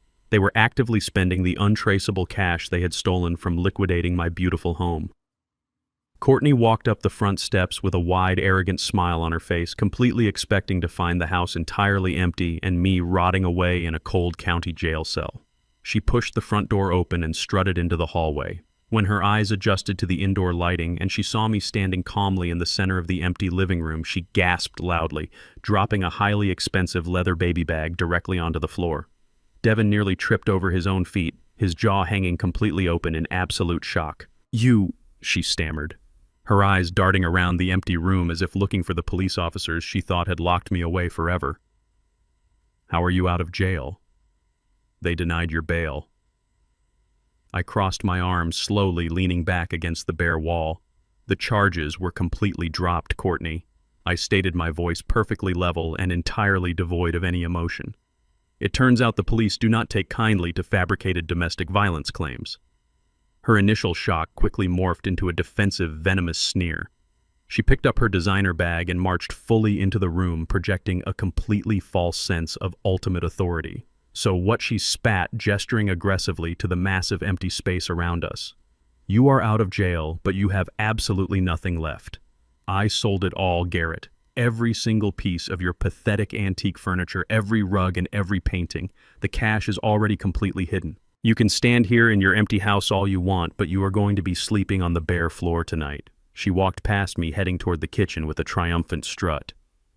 "The conservatorship hearing is this Friday," she called out over her shoulder. "The judge is going to look at your empty house, your erratic behavior, and the police report I filed, and he is going to hand me the permanent keys to your entire life. You lost, old man. Get used to the floor." I looked down at the bare hardwood floor beneath my boots. Her cruel words were intended to break my spirit, but they only ignited a deep, powerful memory. I remembered the brutal, scorching summer of 1974. I was a young, incredibly desperate man trying to provide for my pregnant wife. I took a grueling contract laying cheap hardwood flooring in a massive, dilapidated apartment complex across the city. I spent 12 hours a day on my hands and knees driving heavy steel nails into stubborn wood with a manual mallet. My knee pads wore completely thin, and my joints ached with a blinding, agonizing pain that made it difficult to even walk to my truck at the end of the shift. I bled onto those floors. I destroyed my own physical body so I could save enough money to buy a small house with soft, thick carpet where Devin could safely learn to crawl. I built my entire world from the absolute ground up through sheer, agonizing physical labor. Courtney had never worked a hard day in her entire miserable life. She thought stripping my house of its furniture meant she had stripped me of my foundational strength. She did not understand that the man standing in front of her was forged in absolute fire. She had only removed the decorations. The solid concrete foundation of my willpower remained completely untouched and incredibly lethal. Suddenly, the aggressive, deafening roar of a massive heavy-duty diesel engine shattered the quiet suburban afternoon. The loud hiss of pressurized air brakes echoed through the front windows, causing Courtney to stop dead in her tracks in the kitchen. Yellow strobe lights flashed intensely, reflecting off the bare living room walls. I did not move a single muscle, but a cold, terrifyingly satisfied smile slowly spread across my face. Courtney dropped her designer bags on the granite counter and rushed frantically to the front window, pressing her hands against the glass. A massive industrial tow truck painted a dull, intimidating gray had backed up aggressively into my driveway. The massive steel hydraulic lift was already deployed, sliding rapidly underneath the front axle of her pristine midnight black Range Rover. "What are they doing?" she screamed, her voice cracking with sudden intense panic. "Devin, run out there and stop them right now."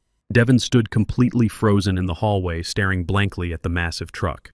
Because I had filed the formal federal fraud affidavit, the bank had bypassed all standard repossession protocols. They did not send a polite notice in the mail. They sent a specialized rapid recovery agent to seize the highly valuable asset before the criminals could hide it. The heavy steel chains clanked loudly as the repo agent, a massive, heavily tattooed man in a high-visibility vest, expertly locked the tires into the hydraulic cradle. Courtney ripped the front door open and sprinted barefoot down the concrete driveway, waving her arms like a complete maniac. "Stop! You cannot take that!" she shrieked at the top of her lungs, grabbing desperately at the thick steel chains. "That is my vehicle. I am pregnant. You cannot do this." The repo agent did not even look at her. He completely ignored her hysterical screaming as if she were nothing more than a mild gust of wind. He engaged the massive hydraulic winch. With a loud mechanical groan, the front end of the $100,000 luxury status symbol was violently yanked into the air, its rear tires completely locked. The agent casually walked back to the cab of his truck, climbed up the heavy metal steps, and slammed the door shut.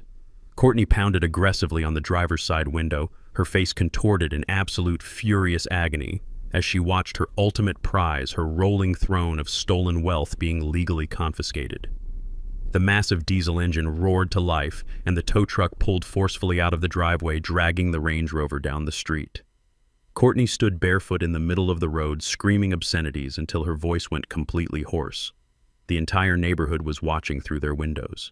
She slowly turned around and marched back up the driveway, her eyes locking onto me, standing calmly in the open doorway. Her face was a mask of pure, unadulterated hatred. She pulled her cell phone from her pocket, her hands shaking with absolute violent rage.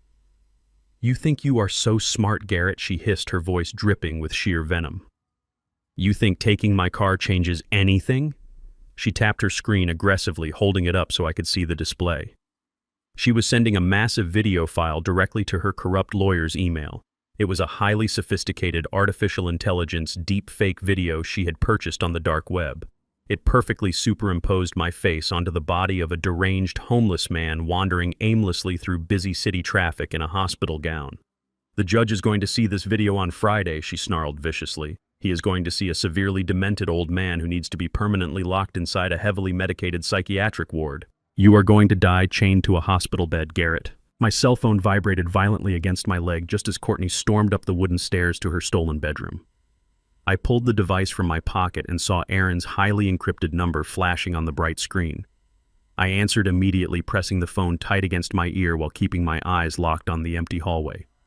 "Garrett, we have a massive problem," Aaron said, his voice uncharacteristically tense and rushing over the secure line. Courtney's legal team did not wait. They submitted an emergency supplemental filing to the court 10 minutes ago and attached a highly disturbing video file. They are claiming you wandered away from the house today and were found heavily disoriented in moving traffic. I walked toward the kitchen, keeping my voice to a harsh, absolute whisper. "It is a fabricated, deep fake video, Aaron," I explained coldly. "She just showed it to me on her phone to gloat. She bought it on the dark web to secure her victory." Aaron let out a sharp, frustrated exhale. "I know it is a fake, Garrett," he replied quickly. "You and I both know you are completely lucid. But the presiding judge is notoriously conservative when it comes to the physical safety of the elderly. He saw that highly sophisticated video and completely panicked. He bypassed the standard review process entirely. The emergency conservatorship hearing has been officially fast-tracked to this Friday morning at 9 o'clock. The judge issued a temporary physical detainer. If you do not show up to court on Friday with absolute undeniable proof of her massive financial crimes, he is going to sign the permanent order and authorize state medical officers to have you forcibly committed to a locked psychiatric ward. We have exactly 48 hours to completely destroy her narrative." I ended the call and stood in the absolute silence of the empty kitchen. 48 hours. Courtney thought she had backed me into an inescapable corner with her digital forgery. I needed hard, undeniable forensic proof of her specific financial crimes to present directly to the judge. I needed the exact routing numbers and the destination accounts for the massive amounts of cash she had stolen from liquidating my estate. I waited in the dark kitchen for 3 agonizing hours. The house was completely quiet save for the soft hum of the refrigerator.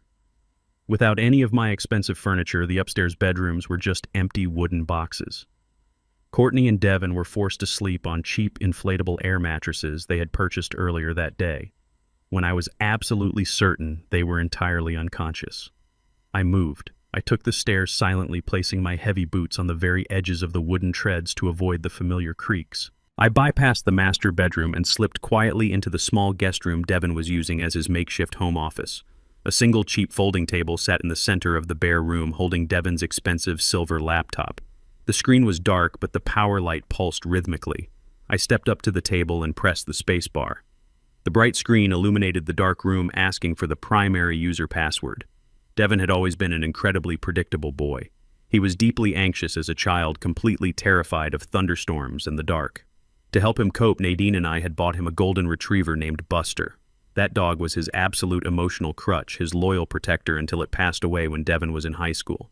Even as a grown man, Devin clung desperately to the safe, comforting memories of his childhood. I placed my large, calloused fingers on the incredibly thin keyboard and typed the word Buster, followed by the year the dog was born. I pressed the Enter key. The security lock immediately vanished, granting me total administrative access to his entire digital life. I did not care about Devin's personal work files or his pathetic internet browsing history. I opened his primary web browser and went straight to the synchronized cloud storage accounts. Devin was incredibly lazy with his digital security, often leaving all of his accounts completely logged in and permanently linked to Courtney's devices for convenience. I navigated through the digital folders until I found a hidden encrypted email account that Courtney had carelessly left open on a secondary browser tab. I clicked on the inbox and began scrolling rapidly through the outgoing messages. What I found was a massive, intricate web of pure, unadulterated financial treason. Courtney was not just hoarding the cash from my liquidated furniture in a secret offshore savings account. She was actively bleeding the estate dry through a highly organized series of massive wire transfers. I opened the attached bank receipts and studied the destination names. The money was being aggressively funneled into a private commercial account registered to a man named Hunter. I dug deeper, opening the attached invoices and digital receipts. Hunter was a highly expensive private personal trainer who worked at the elite luxury fitness club Courtney frequented on the other side of the city. The digital receipts were absolutely staggering.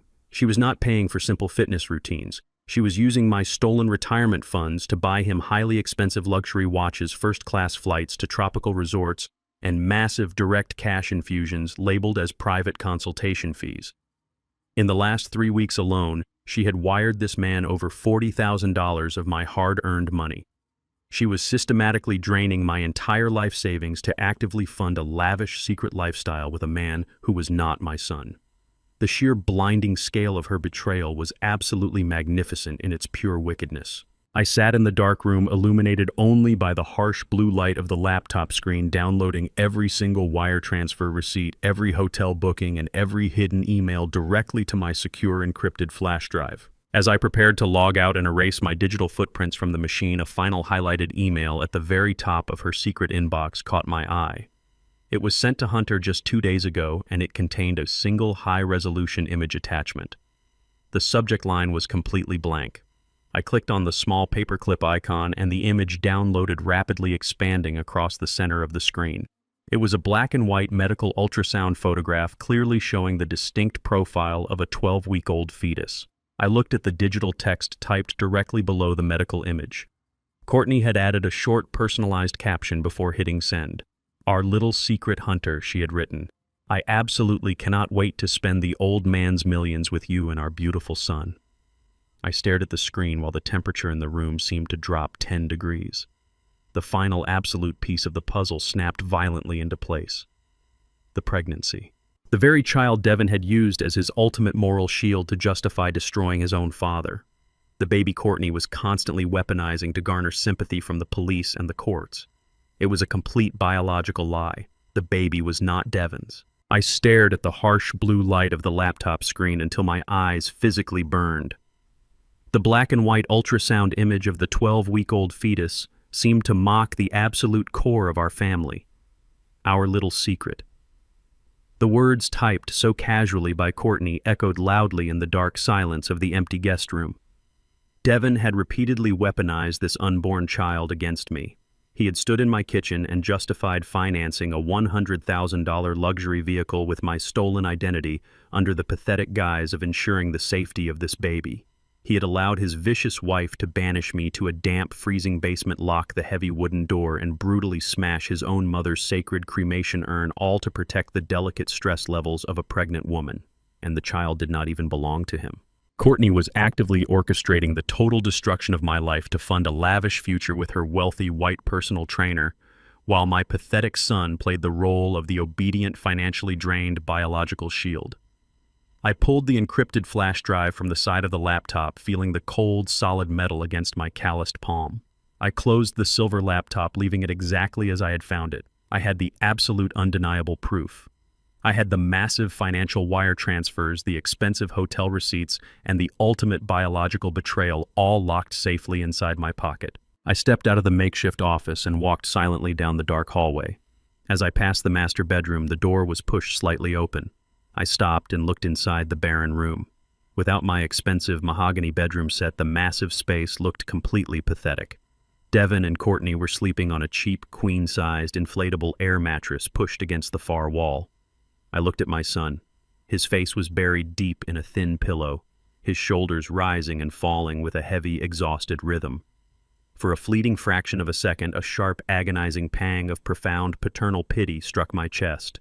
He was completely trapped in a toxic nightmare of his own, making utterly blind to the fact that the woman sleeping next to him was a parasitic monster, feeding on his total emotional weakness. I remembered a warm Sunday afternoon when Devin was 9 years old. I had taken the training wheels off his bicycle. He fell hard on the rough concrete, scraping his knee badly and tearing his jeans. He sat on the sidewalk crying hysterically, declaring he would never ride a bike again. I knelt down, wiped his tears with my rough hands, and told him that a man must always stand back up and face his pain directly because the world has absolutely no mercy for cowards who refuse to fight for themselves. I spent 40 years trying to instill that exact iron resilience into his spine. I worked double shifts until my hands bled just to make sure he had a strong, secure foundation to stand on. But looking at him now, curled up on an air mattress in a house he helped steal, I realized my son had never learned that vital lesson. He had actively chosen the path of the ultimate coward. The fleeting pity vanished entirely instantly, replaced by the sharp physical memory of his hands violently shoving me backward onto the damp concrete basement floor. I remembered the exact look of cowardly panic in his eyes as I fell. I remembered him standing completely silent while Courtney forced me to sign away my constitutional rights with a vanishing ink pen. He was not an innocent victim caught in the crossfire. He was a highly active, willing participant in my execution. The final remaining shred of my fatherly empathy died completely right there in the dark hallway. There would be absolutely no mercy. It was time for total nuclear annihilation. I did not sleep for the rest of the night. As soon as the sun crested the horizon on Thursday morning, casting a pale orange glow across the empty living room, I quietly slipped out the front door and climbed into my pickup truck. Courtney and Devin were still fast asleep, completely unaware that the solid ground beneath their feet was about to entirely disappear. I drove downtown through the early morning traffic to a highly secure private wealth management firm located on the top floor of a sleek glass high-rise building. Aaron had arranged this emergency meeting with a senior real estate broker who specialized exclusively in rapid, anonymous corporate asset transfers. When I walked into the massive glass conference room, the broker, a sharp, meticulous woman in a tailored gray suit, already had the extensive paperwork completely prepared and waiting on the polished marble table. We did not exchange pleasantries. I pulled the original physical deed to my property from my fireproof folder and placed it firmly on the table. For 30 years, my name had proudly sat on the top line of that heavy parchment. It represented every drop of sweat, every freezing winter morning, and every sacrifice Nadine and I had ever made. Now I was signing it away. But I was not losing my kingdom. I was making it completely invisible to my enemies. Using the complex network of offshore holding companies I had established a decade ago, I formally initiated a rapid quitclaim transfer.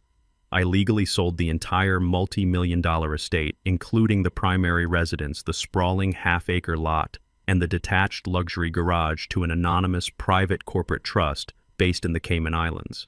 As the sole hidden beneficiary of that specific trust, I retained absolute ultimate control over the property, but my personal name was entirely erased from the public county tax records. I picked up the heavy gold pen the broker offered me. My hand did not shake. I signed my full legal name with precise flowing cursive, pressing the ink firmly into the thick paper. The broker meticulously verified my state identification, stamped the documents with her official heavy notary seal, and immediately filed the electronic transfer directly with the county clerk's office via a secure digital portal. By 10 o'clock in the morning, the massive transaction was officially recorded in the heavily guarded state database. The legal implications of what I had just done were absolutely devastating. If the conservative judge signed the permanent conservatorship order on Friday morning granting Courtney total legal control over my physical assets, she would be inheriting absolute jurisdiction over a man who legally owned nothing. The house she was currently sleeping in, the house she had brutally stripped of all its beautiful furniture, was now technically owned by a faceless foreign corporation. She could not sell it to her brother. She could not take out a secondary mortgage on it. She was nothing more than a highly temporary squatter living in a completely empty box. I walked out of the towering glass building and stood on the busy city sidewalk, breathing in the warm, thick summer air.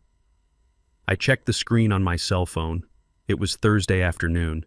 The countdown to absolute destruction was rapidly approaching zero. I drove back to my quiet suburban street, but I did not pull into my own driveway. I parked my heavy truck a few houses down, killing the engine and just watching my former property through the windshield. The house looked exactly the same on the outside. The pristine lawn I had manicured, the solid brick walls I had pointed, and the large front windows were all identical. But its fundamental reality had been entirely legally rewritten.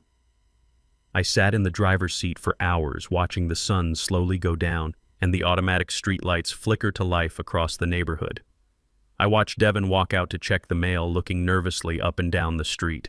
I watched the lights turn off in the upstairs master bedroom as they went to sleep, believing they had completely won the war. As the digital clock on my dashboard clicked over to exactly midnight Thursday, officially bled into Friday.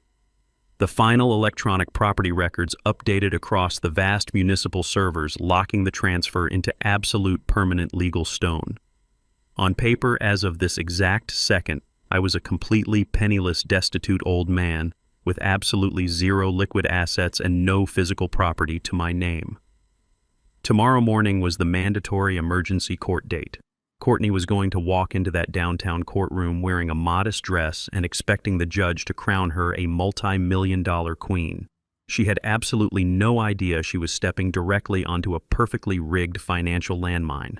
The harsh morning sunlight cut aggressively through the high, dusty windows of the downtown courthouse, casting long, imposing shadows across the wide marble corridor. I sat completely still on a hard wooden bench wearing my best charcoal gray tailored suit, feeling the familiar intense adrenaline of a high-stakes construction bid pumping rapidly through my veins. The heavy double doors of the elevator chimed loudly at the far end of the hall and slid open, revealing Courtney and Devin. I almost let out a dark, bitter laugh at her highly calculated appearance. The woman who had just spent $40,000 of my stolen money on luxury watches and tropical vacations for her personal trainer was currently dressed exactly like a struggling working-class housewife. She wore a faded beige cardigan over a cheap floral maternity dress, her normally perfect salon blowout completely replaced by a messy, unkempt bun. She had deliberately scrubbed off all her expensive designer makeup, leaving her face incredibly pale and purposefully accentuating the faint yellow remnants of the fading bruise she had violently given herself days prior. She was playing the role of the exhausted, devoted daughter-in-law pushed to the absolute psychological brink by a dangerous, elderly man. It was a masterful theatrical performance designed entirely to manipulate the deeply conservative judge. She clutched a thick stack of medical files tightly against her chest, leaning heavily on Devin's arm as they walked slowly down the corridor, dragging her feet to simulate profound physical exhaustion. She did not look like the ruthless predator who had smashed my wife's urn. She looked like a terrified victim. Courtney walked purposefully past me, keeping her eyes firmly averted, heading straight for her expensive legal team who were conferring quietly near the massive courtroom entrance. Devin, however, stopped dead in the middle of the hallway. He looked at me, his tired eyes darting nervously toward the heavy wooden doors of the courtroom, and then back to my perfectly calm face. He looked physically sick. The dark, heavy circles under his eyes betrayed a profound lack of sleep, and his cheap suit hung loosely on his shaking frame. He took a hesitant, cowardly step toward my bench, his hands wringing together in a pathetic display of extreme anxiety. "Dad," he began, his voice barely a weak trembling whisper echoing off the cold marble walls. "Please just let this happen peacefully today. Do not fight it. We are doing this for your own good. I promise we will make sure you are comfortable in a very nice facility." I did not move a single muscle. I did not turn my head to acknowledge his miserable presence. I kept my eyes locked completely forward, staring intensely at the intricate brass detailing on the courtroom doors. In the past, I had always been incredibly quick to forgive Devin's endless transgressions. When he was a reckless teenager and completely wrecked my expensive work truck joyriding with his friends, I grounded him, but I still paid the massive insurance deductible out of my own pocket without a single complaint. When he dropped out of his first year of college, wasting thousands of dollars in tuition, I simply put my heavy arm around his shoulder and told him we would figure out a new solid plan together. I had spent my entire adult life acting as a permanent shock absorber for his constant catastrophic failures. I always believed it was my duty as a father to catch him when he fell. But the man standing in front of me now was absolutely not my son. He was a weak, cowardly accomplice to a massive biological and financial fraud. He was actively helping a vicious parasite steal my life while happily raising another man's child on my dime. The emotional bridge that had connected us for 35 years was not just burned, it was completely obliterated, turned to absolute ash and scattered in the wind just like his mother's beautiful cremation urn. I let the freezing, terrifying silence stretch between us until the crushing weight of my total rejection forced him to physically take a step back, hanging his head in deep, profound shame. The heavy oak doors swung open with a loud thud, and the stern bailiff called our specific case number. I stood up slowly, smoothing my jacket, and walked confidently into the stark, austere courtroom. Aaron was already sitting at the polished defense table, organizing his pristine legal folders with absolute lethal precision.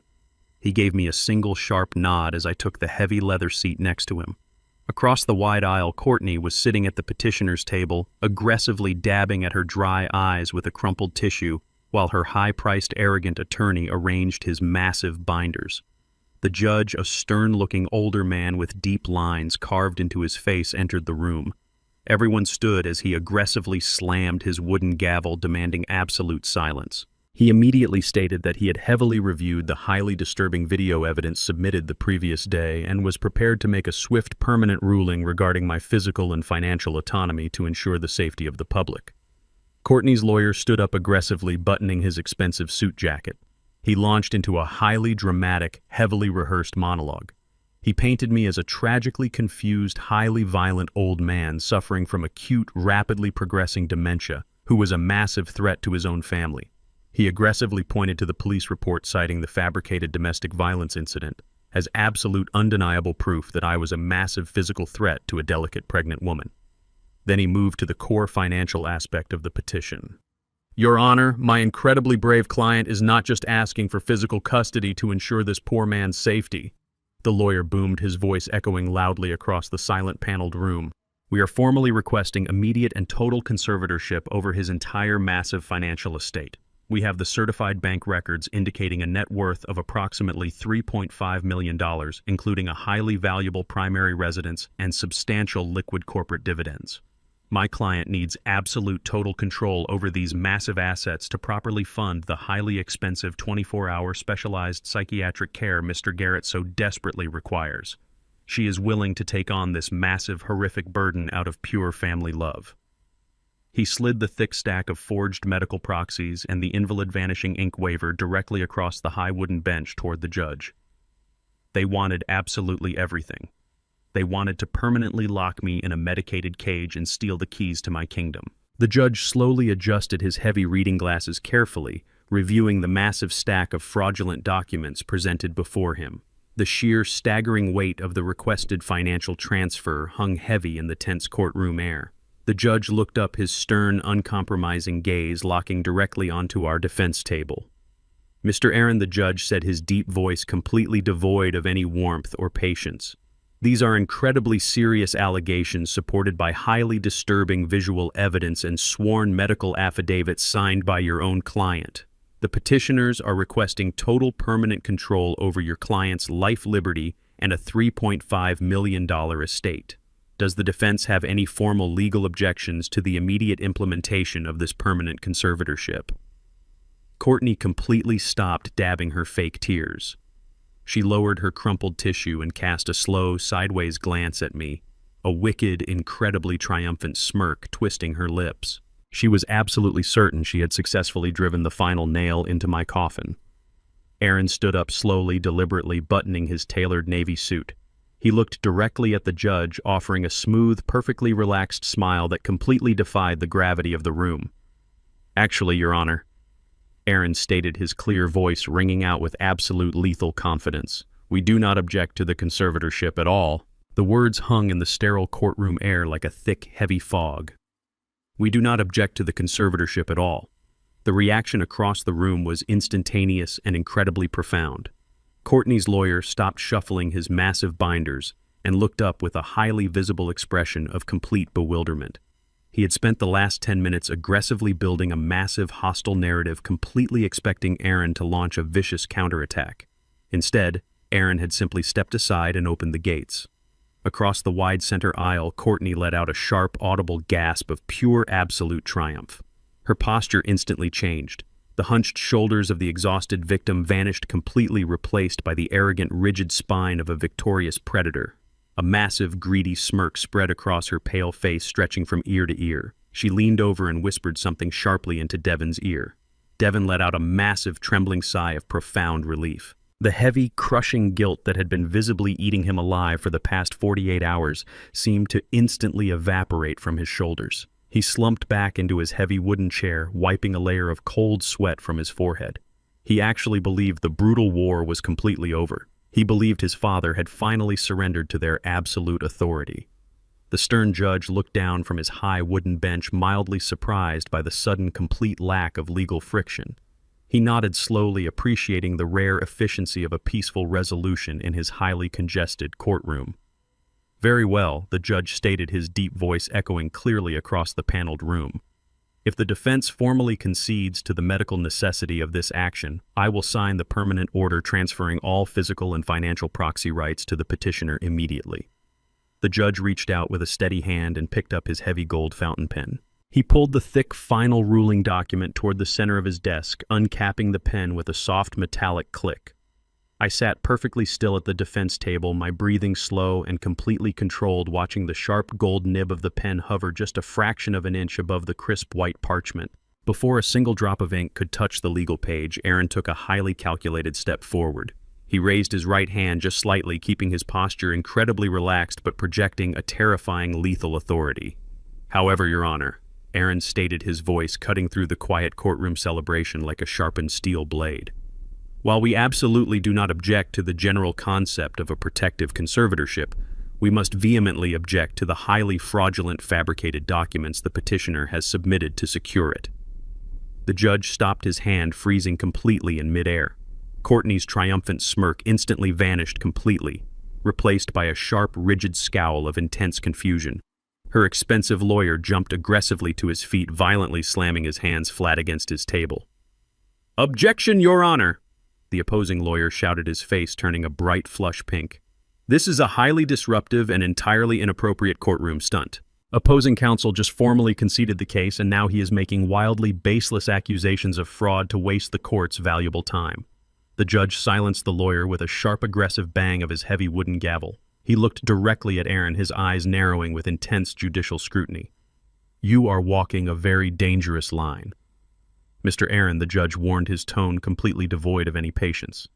"You just stated you do not object. Now you are alleging formal document fraud. Explain yourself immediately, or I will hold you in contempt." Aaron did not flinch. He walked calmly toward the center podium, bridging the gap between our defense table and the high judicial bench. "Your Honor, my client spent 4 highly successful decades as a master commercial contractor." Aaron began, his voice steady and incredibly smooth. "In that specific cutthroat industry, catching fraudulently altered architectural blueprints and forged financial change orders is a matter of absolute survival." He learned very early on exactly how to protect himself against vicious predators who try to alter contracts in the dark. Aaron reached into the inner pocket of his tailored navy suit and pulled out a simple, polished silver metal lighter. He placed it gently on the edge of the wooden partition directly in front of the judge. My client was forced to sign that specific medical waiver under extreme physical duress in a locked basement. But he did not use a standard pen. We formally request that the court verify the absolute authenticity of the signature on the waiver currently sitting on your desk. I ask you, Your Honor, to simply apply an open flame to the bottom of that page. Courtney's lawyer erupted into another frantic, furious round of loud objections, waving his arms and calling the request an absurd theatrical circus act that completely insulted the dignity of the state court.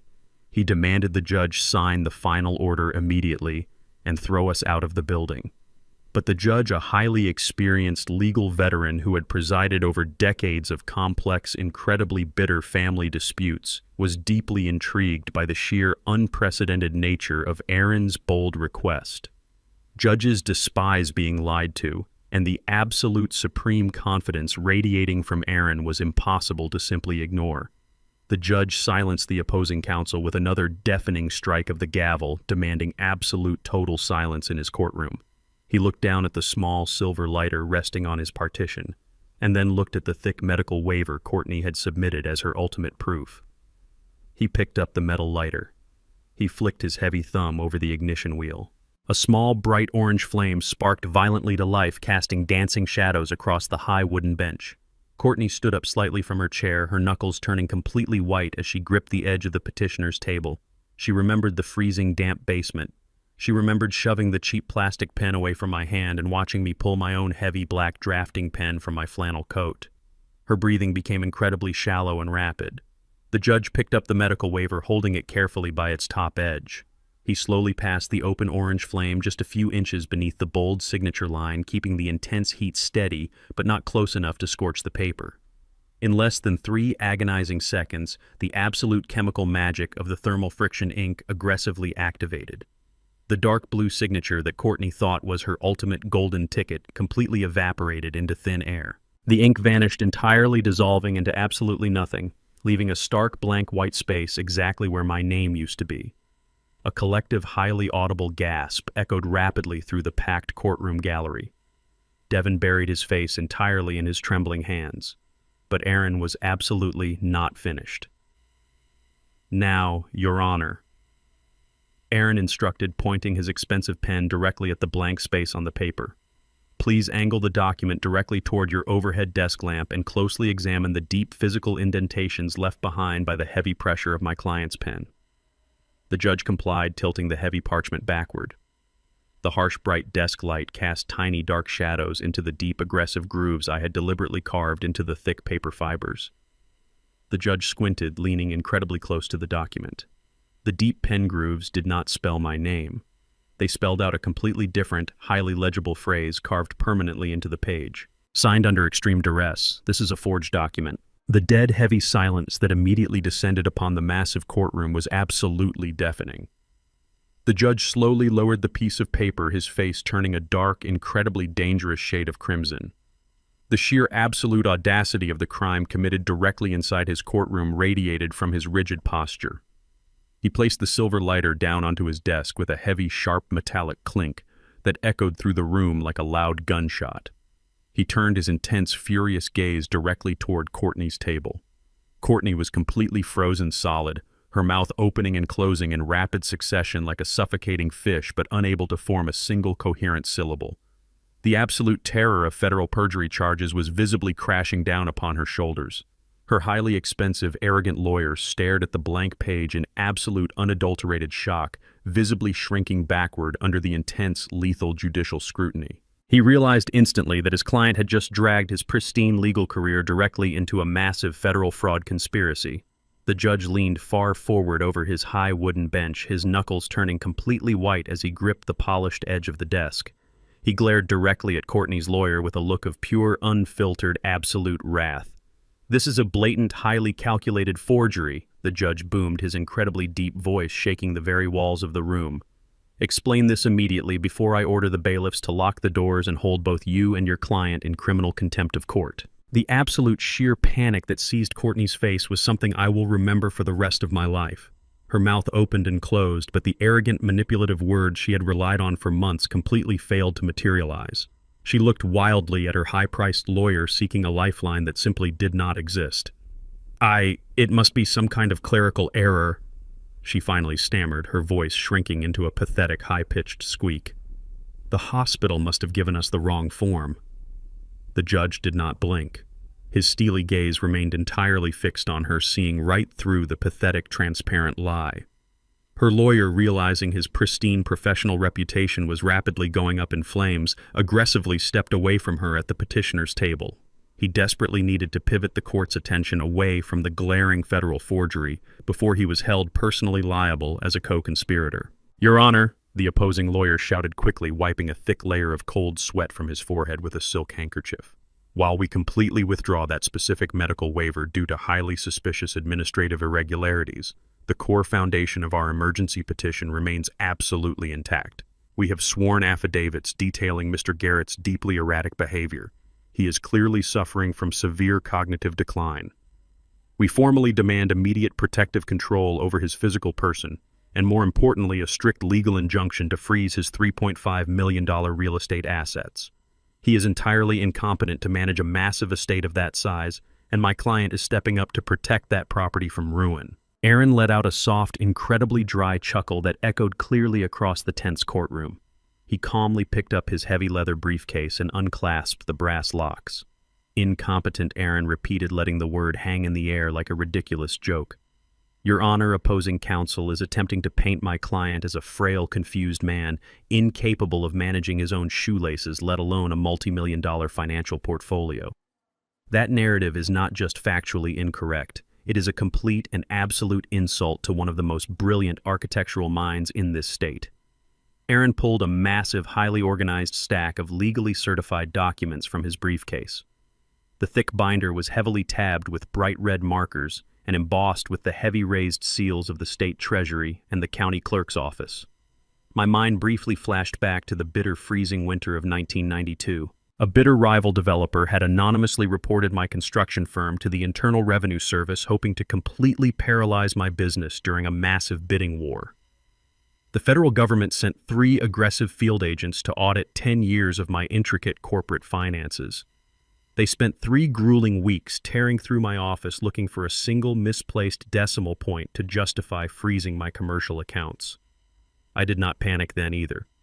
I calmly handed them flawlessly maintained ledgers that left absolutely zero room for legal interpretation or bureaucratic exploitation. I learned a vital lesson that winter. In the vicious world of high-stakes finance, your paperwork is your ultimate armor. You do not leave a single gap for a parasite to crawl through. Aaron walked confidently toward the high judicial bench, carrying that exact same impenetrable armor. He dropped the massive stack of certified documents directly onto the judge's desk with a heavy, incredibly satisfying thud. "My client is perfectly competent. Your Honor."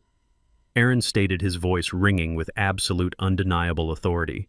In fact, he is so incredibly competent that exactly 24 hours ago he successfully executed a flawless, complex international real estate transfer that requires a level of deep financial literacy most seasoned corporate lawyers do not even possess. The judge adjusted his heavy reading glasses, pushing the forged medical waiver aside and pulling Aaron's thick binder to the center of his desk. The entire courtroom fell into a dead, suffocating silence as the judge began to read through the top pages of the certified file. The sharp rustle of the thick parchment turning in the quiet room sounded like the slow ticking of a massive bomb. Courtney's eyes darted frantically between the judge and Aaron, her chest heaving with rapid, shallow breaths. Devin sat completely frozen, his hands gripping the wooden arms of his chair so tightly his knuckles were stark white. The judge flipped to the 3rd page, his eyebrows rising significantly toward his hairline. He looked up from the document, staring directly at Courtney's lawyer with a look of profound, absolute pity. "Counselor," the judge began, his deep voice carrying a tone of absolute finality. "You are standing in my courtroom demanding total financial control over a massive multi-million-dollar estate. But according to these fully verified county records, your incredibly brave client is fighting for absolutely nothing." Courtney's lawyer blinked rapidly, stepping forward with profound confusion. "I do not understand, Your Honor," he stammered. "The property is appraised at over $3 million. The judge shook his head slowly, tapping his gold pen against the thick file. "The property you are referring to is legally owned by an anonymous offshore corporate trust headquartered in the Cayman Islands," the judge explained, reading directly from the certified deed transfer. "As of midnight last night, Mr. Garrett formally quitclaimed his entire ownership stake in the primary residence, the surrounding land, and all associated physical assets. He liquidated his domestic corporate dividends completely. Under the strict eyes of the law, Mr. Garrett's personal net worth is exactly $0.00. He is a legally destitute man. Courtney let out a sharp, strangled gasp, gripping the edge of her table as if the floor had just vanished beneath her feet. But Aaron was not finished delivering the absolute killing blow. "That is entirely correct, Your Honor," Aaron added, stepping back to our defense table with a smooth, confident glide. "My client does not own a single physical asset in this country. However, there is one minor financial detail remaining on his personal ledger." Aaron pulled a single crisp piece of paper from his suit pocket. To facilitate the massive offshore transfer, my client had to trigger a highly specific early withdrawal penalty. As a result, Mr. Garrett currently carries a manufactured but highly legally binding debt to the Internal Revenue Service in the exact amount of $10,000. Aaron turned slightly, looking directly into Courtney's terrified, widening eyes. If the court grants the petitioner the permanent conservatorship she is desperately begging for, she will not gain access to a $3.5 million estate. She will be legally assigned absolute fiduciary responsibility for a penniless man. The law clearly states that a formal conservator must use their own personal finances to provide adequate housing, medical care, and daily sustenance for their ward if the estate is completely empty. Furthermore, she will be legally obligated to immediately clear his federal tax liabilities. Aaron turned back to the judge, offering a polite, highly dangerous smile. "So, Your Honor, if the petitioner wishes to assume a $10,000 federal debt and pay out of pocket to house and feed my client for the rest of his natural life, we absolutely welcome her incredible generosity. We do not object to the conservatorship." The absolute magnitude of the financial trap violently slammed into Courtney. The brilliant, sophisticated scheme she had spent months meticulously planning had just mutated into a massive, inescapable prison. She had spent $40,000 of stolen cash on her personal trainer. Her luxury vehicle had just been aggressively repossessed. And now she was standing in a federal courtroom fighting for the legal right to take on massive tax debt and pay out of her own empty pockets to care for the very man she despised. The sweet, innocent victim facade she had carefully painted completely shattered into a million jagged pieces. The sheer blinding rage and absolute greed bubbling just beneath her skin violently erupted for the entire courtroom to witness. She spun around violently, her cheap floral dress whipping around her legs, and lunged aggressively toward Devin. "You told me he was rich," she screamed at the absolute top of her lungs, her face contorted into a mask of pure demonic fury. Her shrill voice echoed violently off the high marble ceilings, causing the courtroom bailiffs to instantly jump to their feet. "You swore to me the house was entirely paid off, Devin. You said the estate was ours. You useless, pathetic coward. You told me we were going to be millionaires." She grabbed the lapels of his cheap suit, violently shaking him back and forth right in the middle of the open courtroom. "You let him hide the money. Where is my house? Where is my money? I did not get pregnant just to end up completely broke living in the dirt with a loser like you." The heavy wooden gavel slammed violently against the judge's sound block, echoing like rapid gunfire over Courtney's hysterical screaming. "Order! I will have absolute order in this court," the judge bellowed, his face flushed with intense judicial anger. Two armed bailiffs instantly stepped forward, placing their hands firmly on their duty belts, prepared to physically separate Courtney from her husband. Courtney released Devin's cheap suit jacket, panting heavily, her chest heaving as she glared at me with absolute venom. Devin slowly straightened his wrinkled lapels, looking completely shell-shocked by his wife's sudden vicious outburst. Despite the undeniable reality of her sheer greed completely exposing itself in front of the entire room, he still desperately clung to the singular illusion that kept his fragile ego intact. He took a hesitant, cowardly step away from his furious wife and turned his deeply bloodshot eyes toward the defense table. "Dad, why are you doing this to us?" he pleaded, his voice cracking loudly in the silent, tense courtroom. "Why are you purposely destroying everything we built? She is just incredibly stressed out because we are trying to prepare for the baby. She is carrying your only grandson." He pointed a trembling finger at me, desperately trying to reclaim some pathetic moral high ground. "You are acting like a cruel, heartless monster trying to leave a pregnant woman completely destitute. We just wanted to make sure you were safe, and you are aggressively punishing us for trying to build a family. You are trying to ruin your own bloodline." I did not let him finish his pathetic, desperate speech.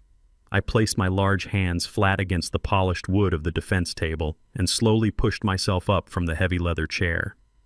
The frail, hunched posture of the defeated old man completely vanished entirely, evaporating into the cold courtroom air. I straightened my spine, pulling my broad shoulders back and standing at my full imposing height. The sheer physical transformation in my demeanor seemed to suck the remaining oxygen straight out of the large paneled room. I looked down at my son, not with anger, but with the cold, detached authority of a king observing a treasonous peasant in his throne room. I remembered the exact moment the hospital nurse first placed Devin into my massive, calloused hands 35 years ago. He was so incredibly small, wrapped tightly in a thin, striped receiving blanket. I had stood in the quiet, sterile hospital room looking down at his tiny, fragile face, and I made a solemn, sacred vow to God. I swore I would build an absolute fortress to protect him from the vicious cruelties of the outside world. I spent 40 years breaking my own back, breathing in toxic concrete dust, missing family dinners, and sacrificing my own physical health to lay the impenetrable bricks of that massive fortress. I gave him a life completely devoid of real hardship or desperate hunger. I wanted to raise a strong, resilient prince who could one day rule the empire I had forged in dirt and sweat. But in my relentless effort to completely shield him from the violent storms of life, I had accidentally raised a remarkably weak man. I had built a massive fortress, but left the heavy iron gates wide open for a ruthless parasite to simply walk inside and claim the throne. I looked at the pathetic man wearing a cheap suit, actively defending the very woman who had just violently smashed his own mother's cremation urn. "You dare to stand in a federal courtroom and lecture me about protecting a family?" I stated, my voice resonating with deep, absolute thunder. "You allowed that vicious woman to lock your own father in a damp, freezing basement. You stood by completely silent while she forged my legal signature to steal my life savings. And you did it all under the pathetic, cowardly excuse of protecting your unborn child." I turned slightly and extended my hand toward Aaron. My lawyer smoothly opened his heavy leather briefcase and placed a thick black folder directly into my open palm. I looked up at the high judicial bench. "Request permission to approach the petitioner, Your Honor?" I asked, my tone perfectly calm and respectful, completely contrasting the heavy tension in the room. The judge, still deeply disturbed by Courtney's violent outburst, gave a slow, silent nod of approval. I walked deliberately across the wide center aisle, my heavy boots making a slow, rhythmic thud against the polished marble floor. Courtney physically recoiled, taking a terrified step backward until her spine hit the heavy wooden railing separating the gallery. I ignored her entirely, stopping exactly 1 foot in front of Devin. I held the thick black folder out to him. "Read it," I commanded, my voice dropping to a low, terrifying whisper that only the three of us could clearly hear. Devin looked at the dark folder as if it were a highly venomous snake prepared to strike. His trembling hands slowly reached out and flipped open the heavy black cover. The very first page was a highly detailed printed spreadsheet documenting over $40,000 in massive wire transfers completely drained from the liquidated estate funds. Devin squinted at the paper, his brow furrowing in deep confusion. "What is this?" he mumbled. "Who is Hunter?" I watched his pale face closely as he flipped to the second page. It contained the printed digital receipts for luxury hotel suites, high-end designer watches, and massive private consultation fees, all paid directly to a local luxury fitness club. "Hunter is your wife's highly expensive private personal trainer." I explained, the cold words striking him like brutal physical blows to the stomach.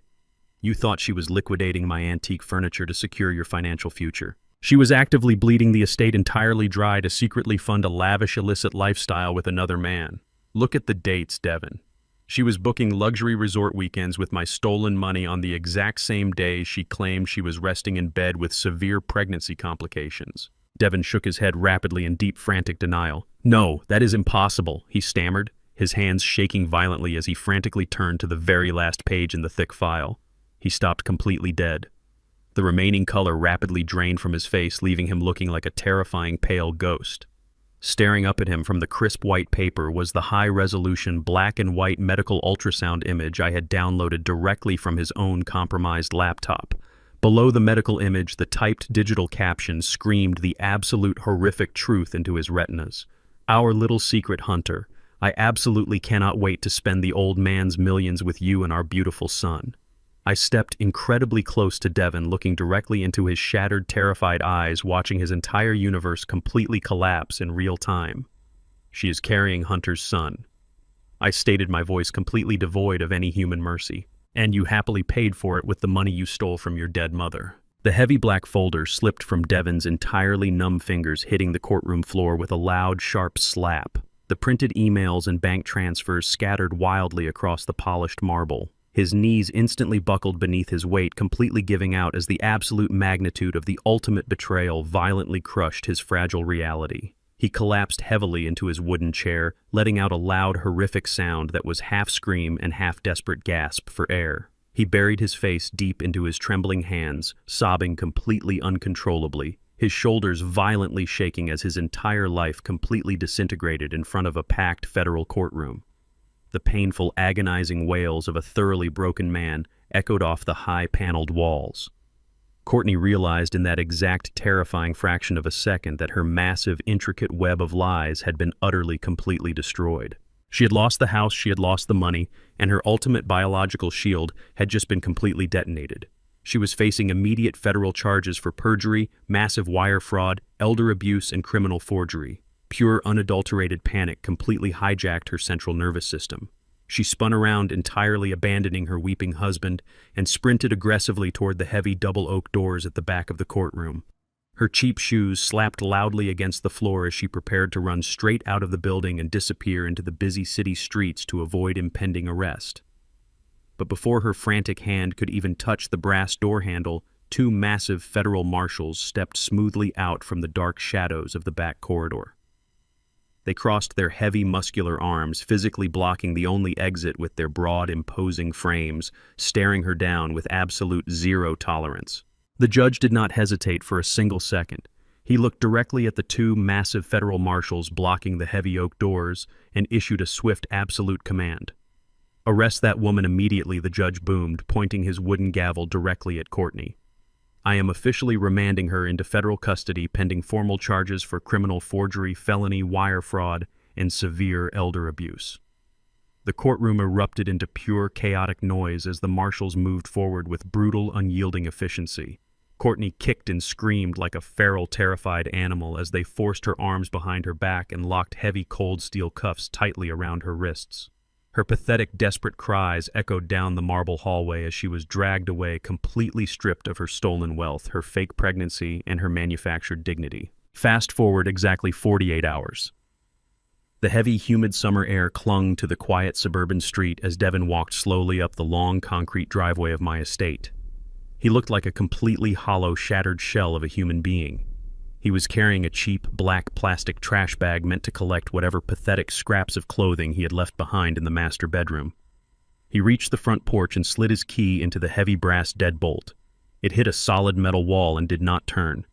The locks had been professionally changed yet again. He rattled the brass handle violently, his shoulders slumping forward in absolute total defeat. I remembered teaching him how to fix a broken lock when he was just 12 years old, showing him patiently how the internal tumblers needed to align perfectly to open a closed door. He had completely broken the trust that aligned our family, and now all the doors in his life were permanently shut. The heavy front door swung open, but I was not the one standing in the threshold. A massive, heavily armed private security guard wearing a crisp black uniform stepped out onto the porch. He did not say a single comforting word. He simply handed Devon a thick white legal envelope. Inside was a permanent federal restraining order barring him from ever stepping foot on trust property again, accompanied by a highly itemized invoice for the exact replacement cost of a custom ceramic cremation urn. Devon looked up, tears streaming freely down his pale face. I was sitting comfortably in the plush leather back seat of a sleek black Lincoln Town car parked quietly across the street. The dark-tinted window rolled down with a soft mechanical hum. Devon locked eyes with me, his mouth opening to beg for a final ounce of unearned forgiveness. I did not speak. I gave my son a single freezing cold nod of absolute finality. The dark-tinted window rolled smoothly back up, and the heavy car pulled away from the curb, leaving him standing entirely alone in the dirt. 6 months later, the gentle, salty breeze of the Mediterranean Sea completely washed away the bitter memories of that brutal summer. I sat comfortably on the private teak balcony of a massive luxury cruise ship, feeling the warm afternoon sun on my face. I raised a heavy crystal glass of premium aged bourbon, taking a slow, highly satisfying sip. The dark amber liquid burned pleasantly in my chest, a toast to my absolute hard-won freedom.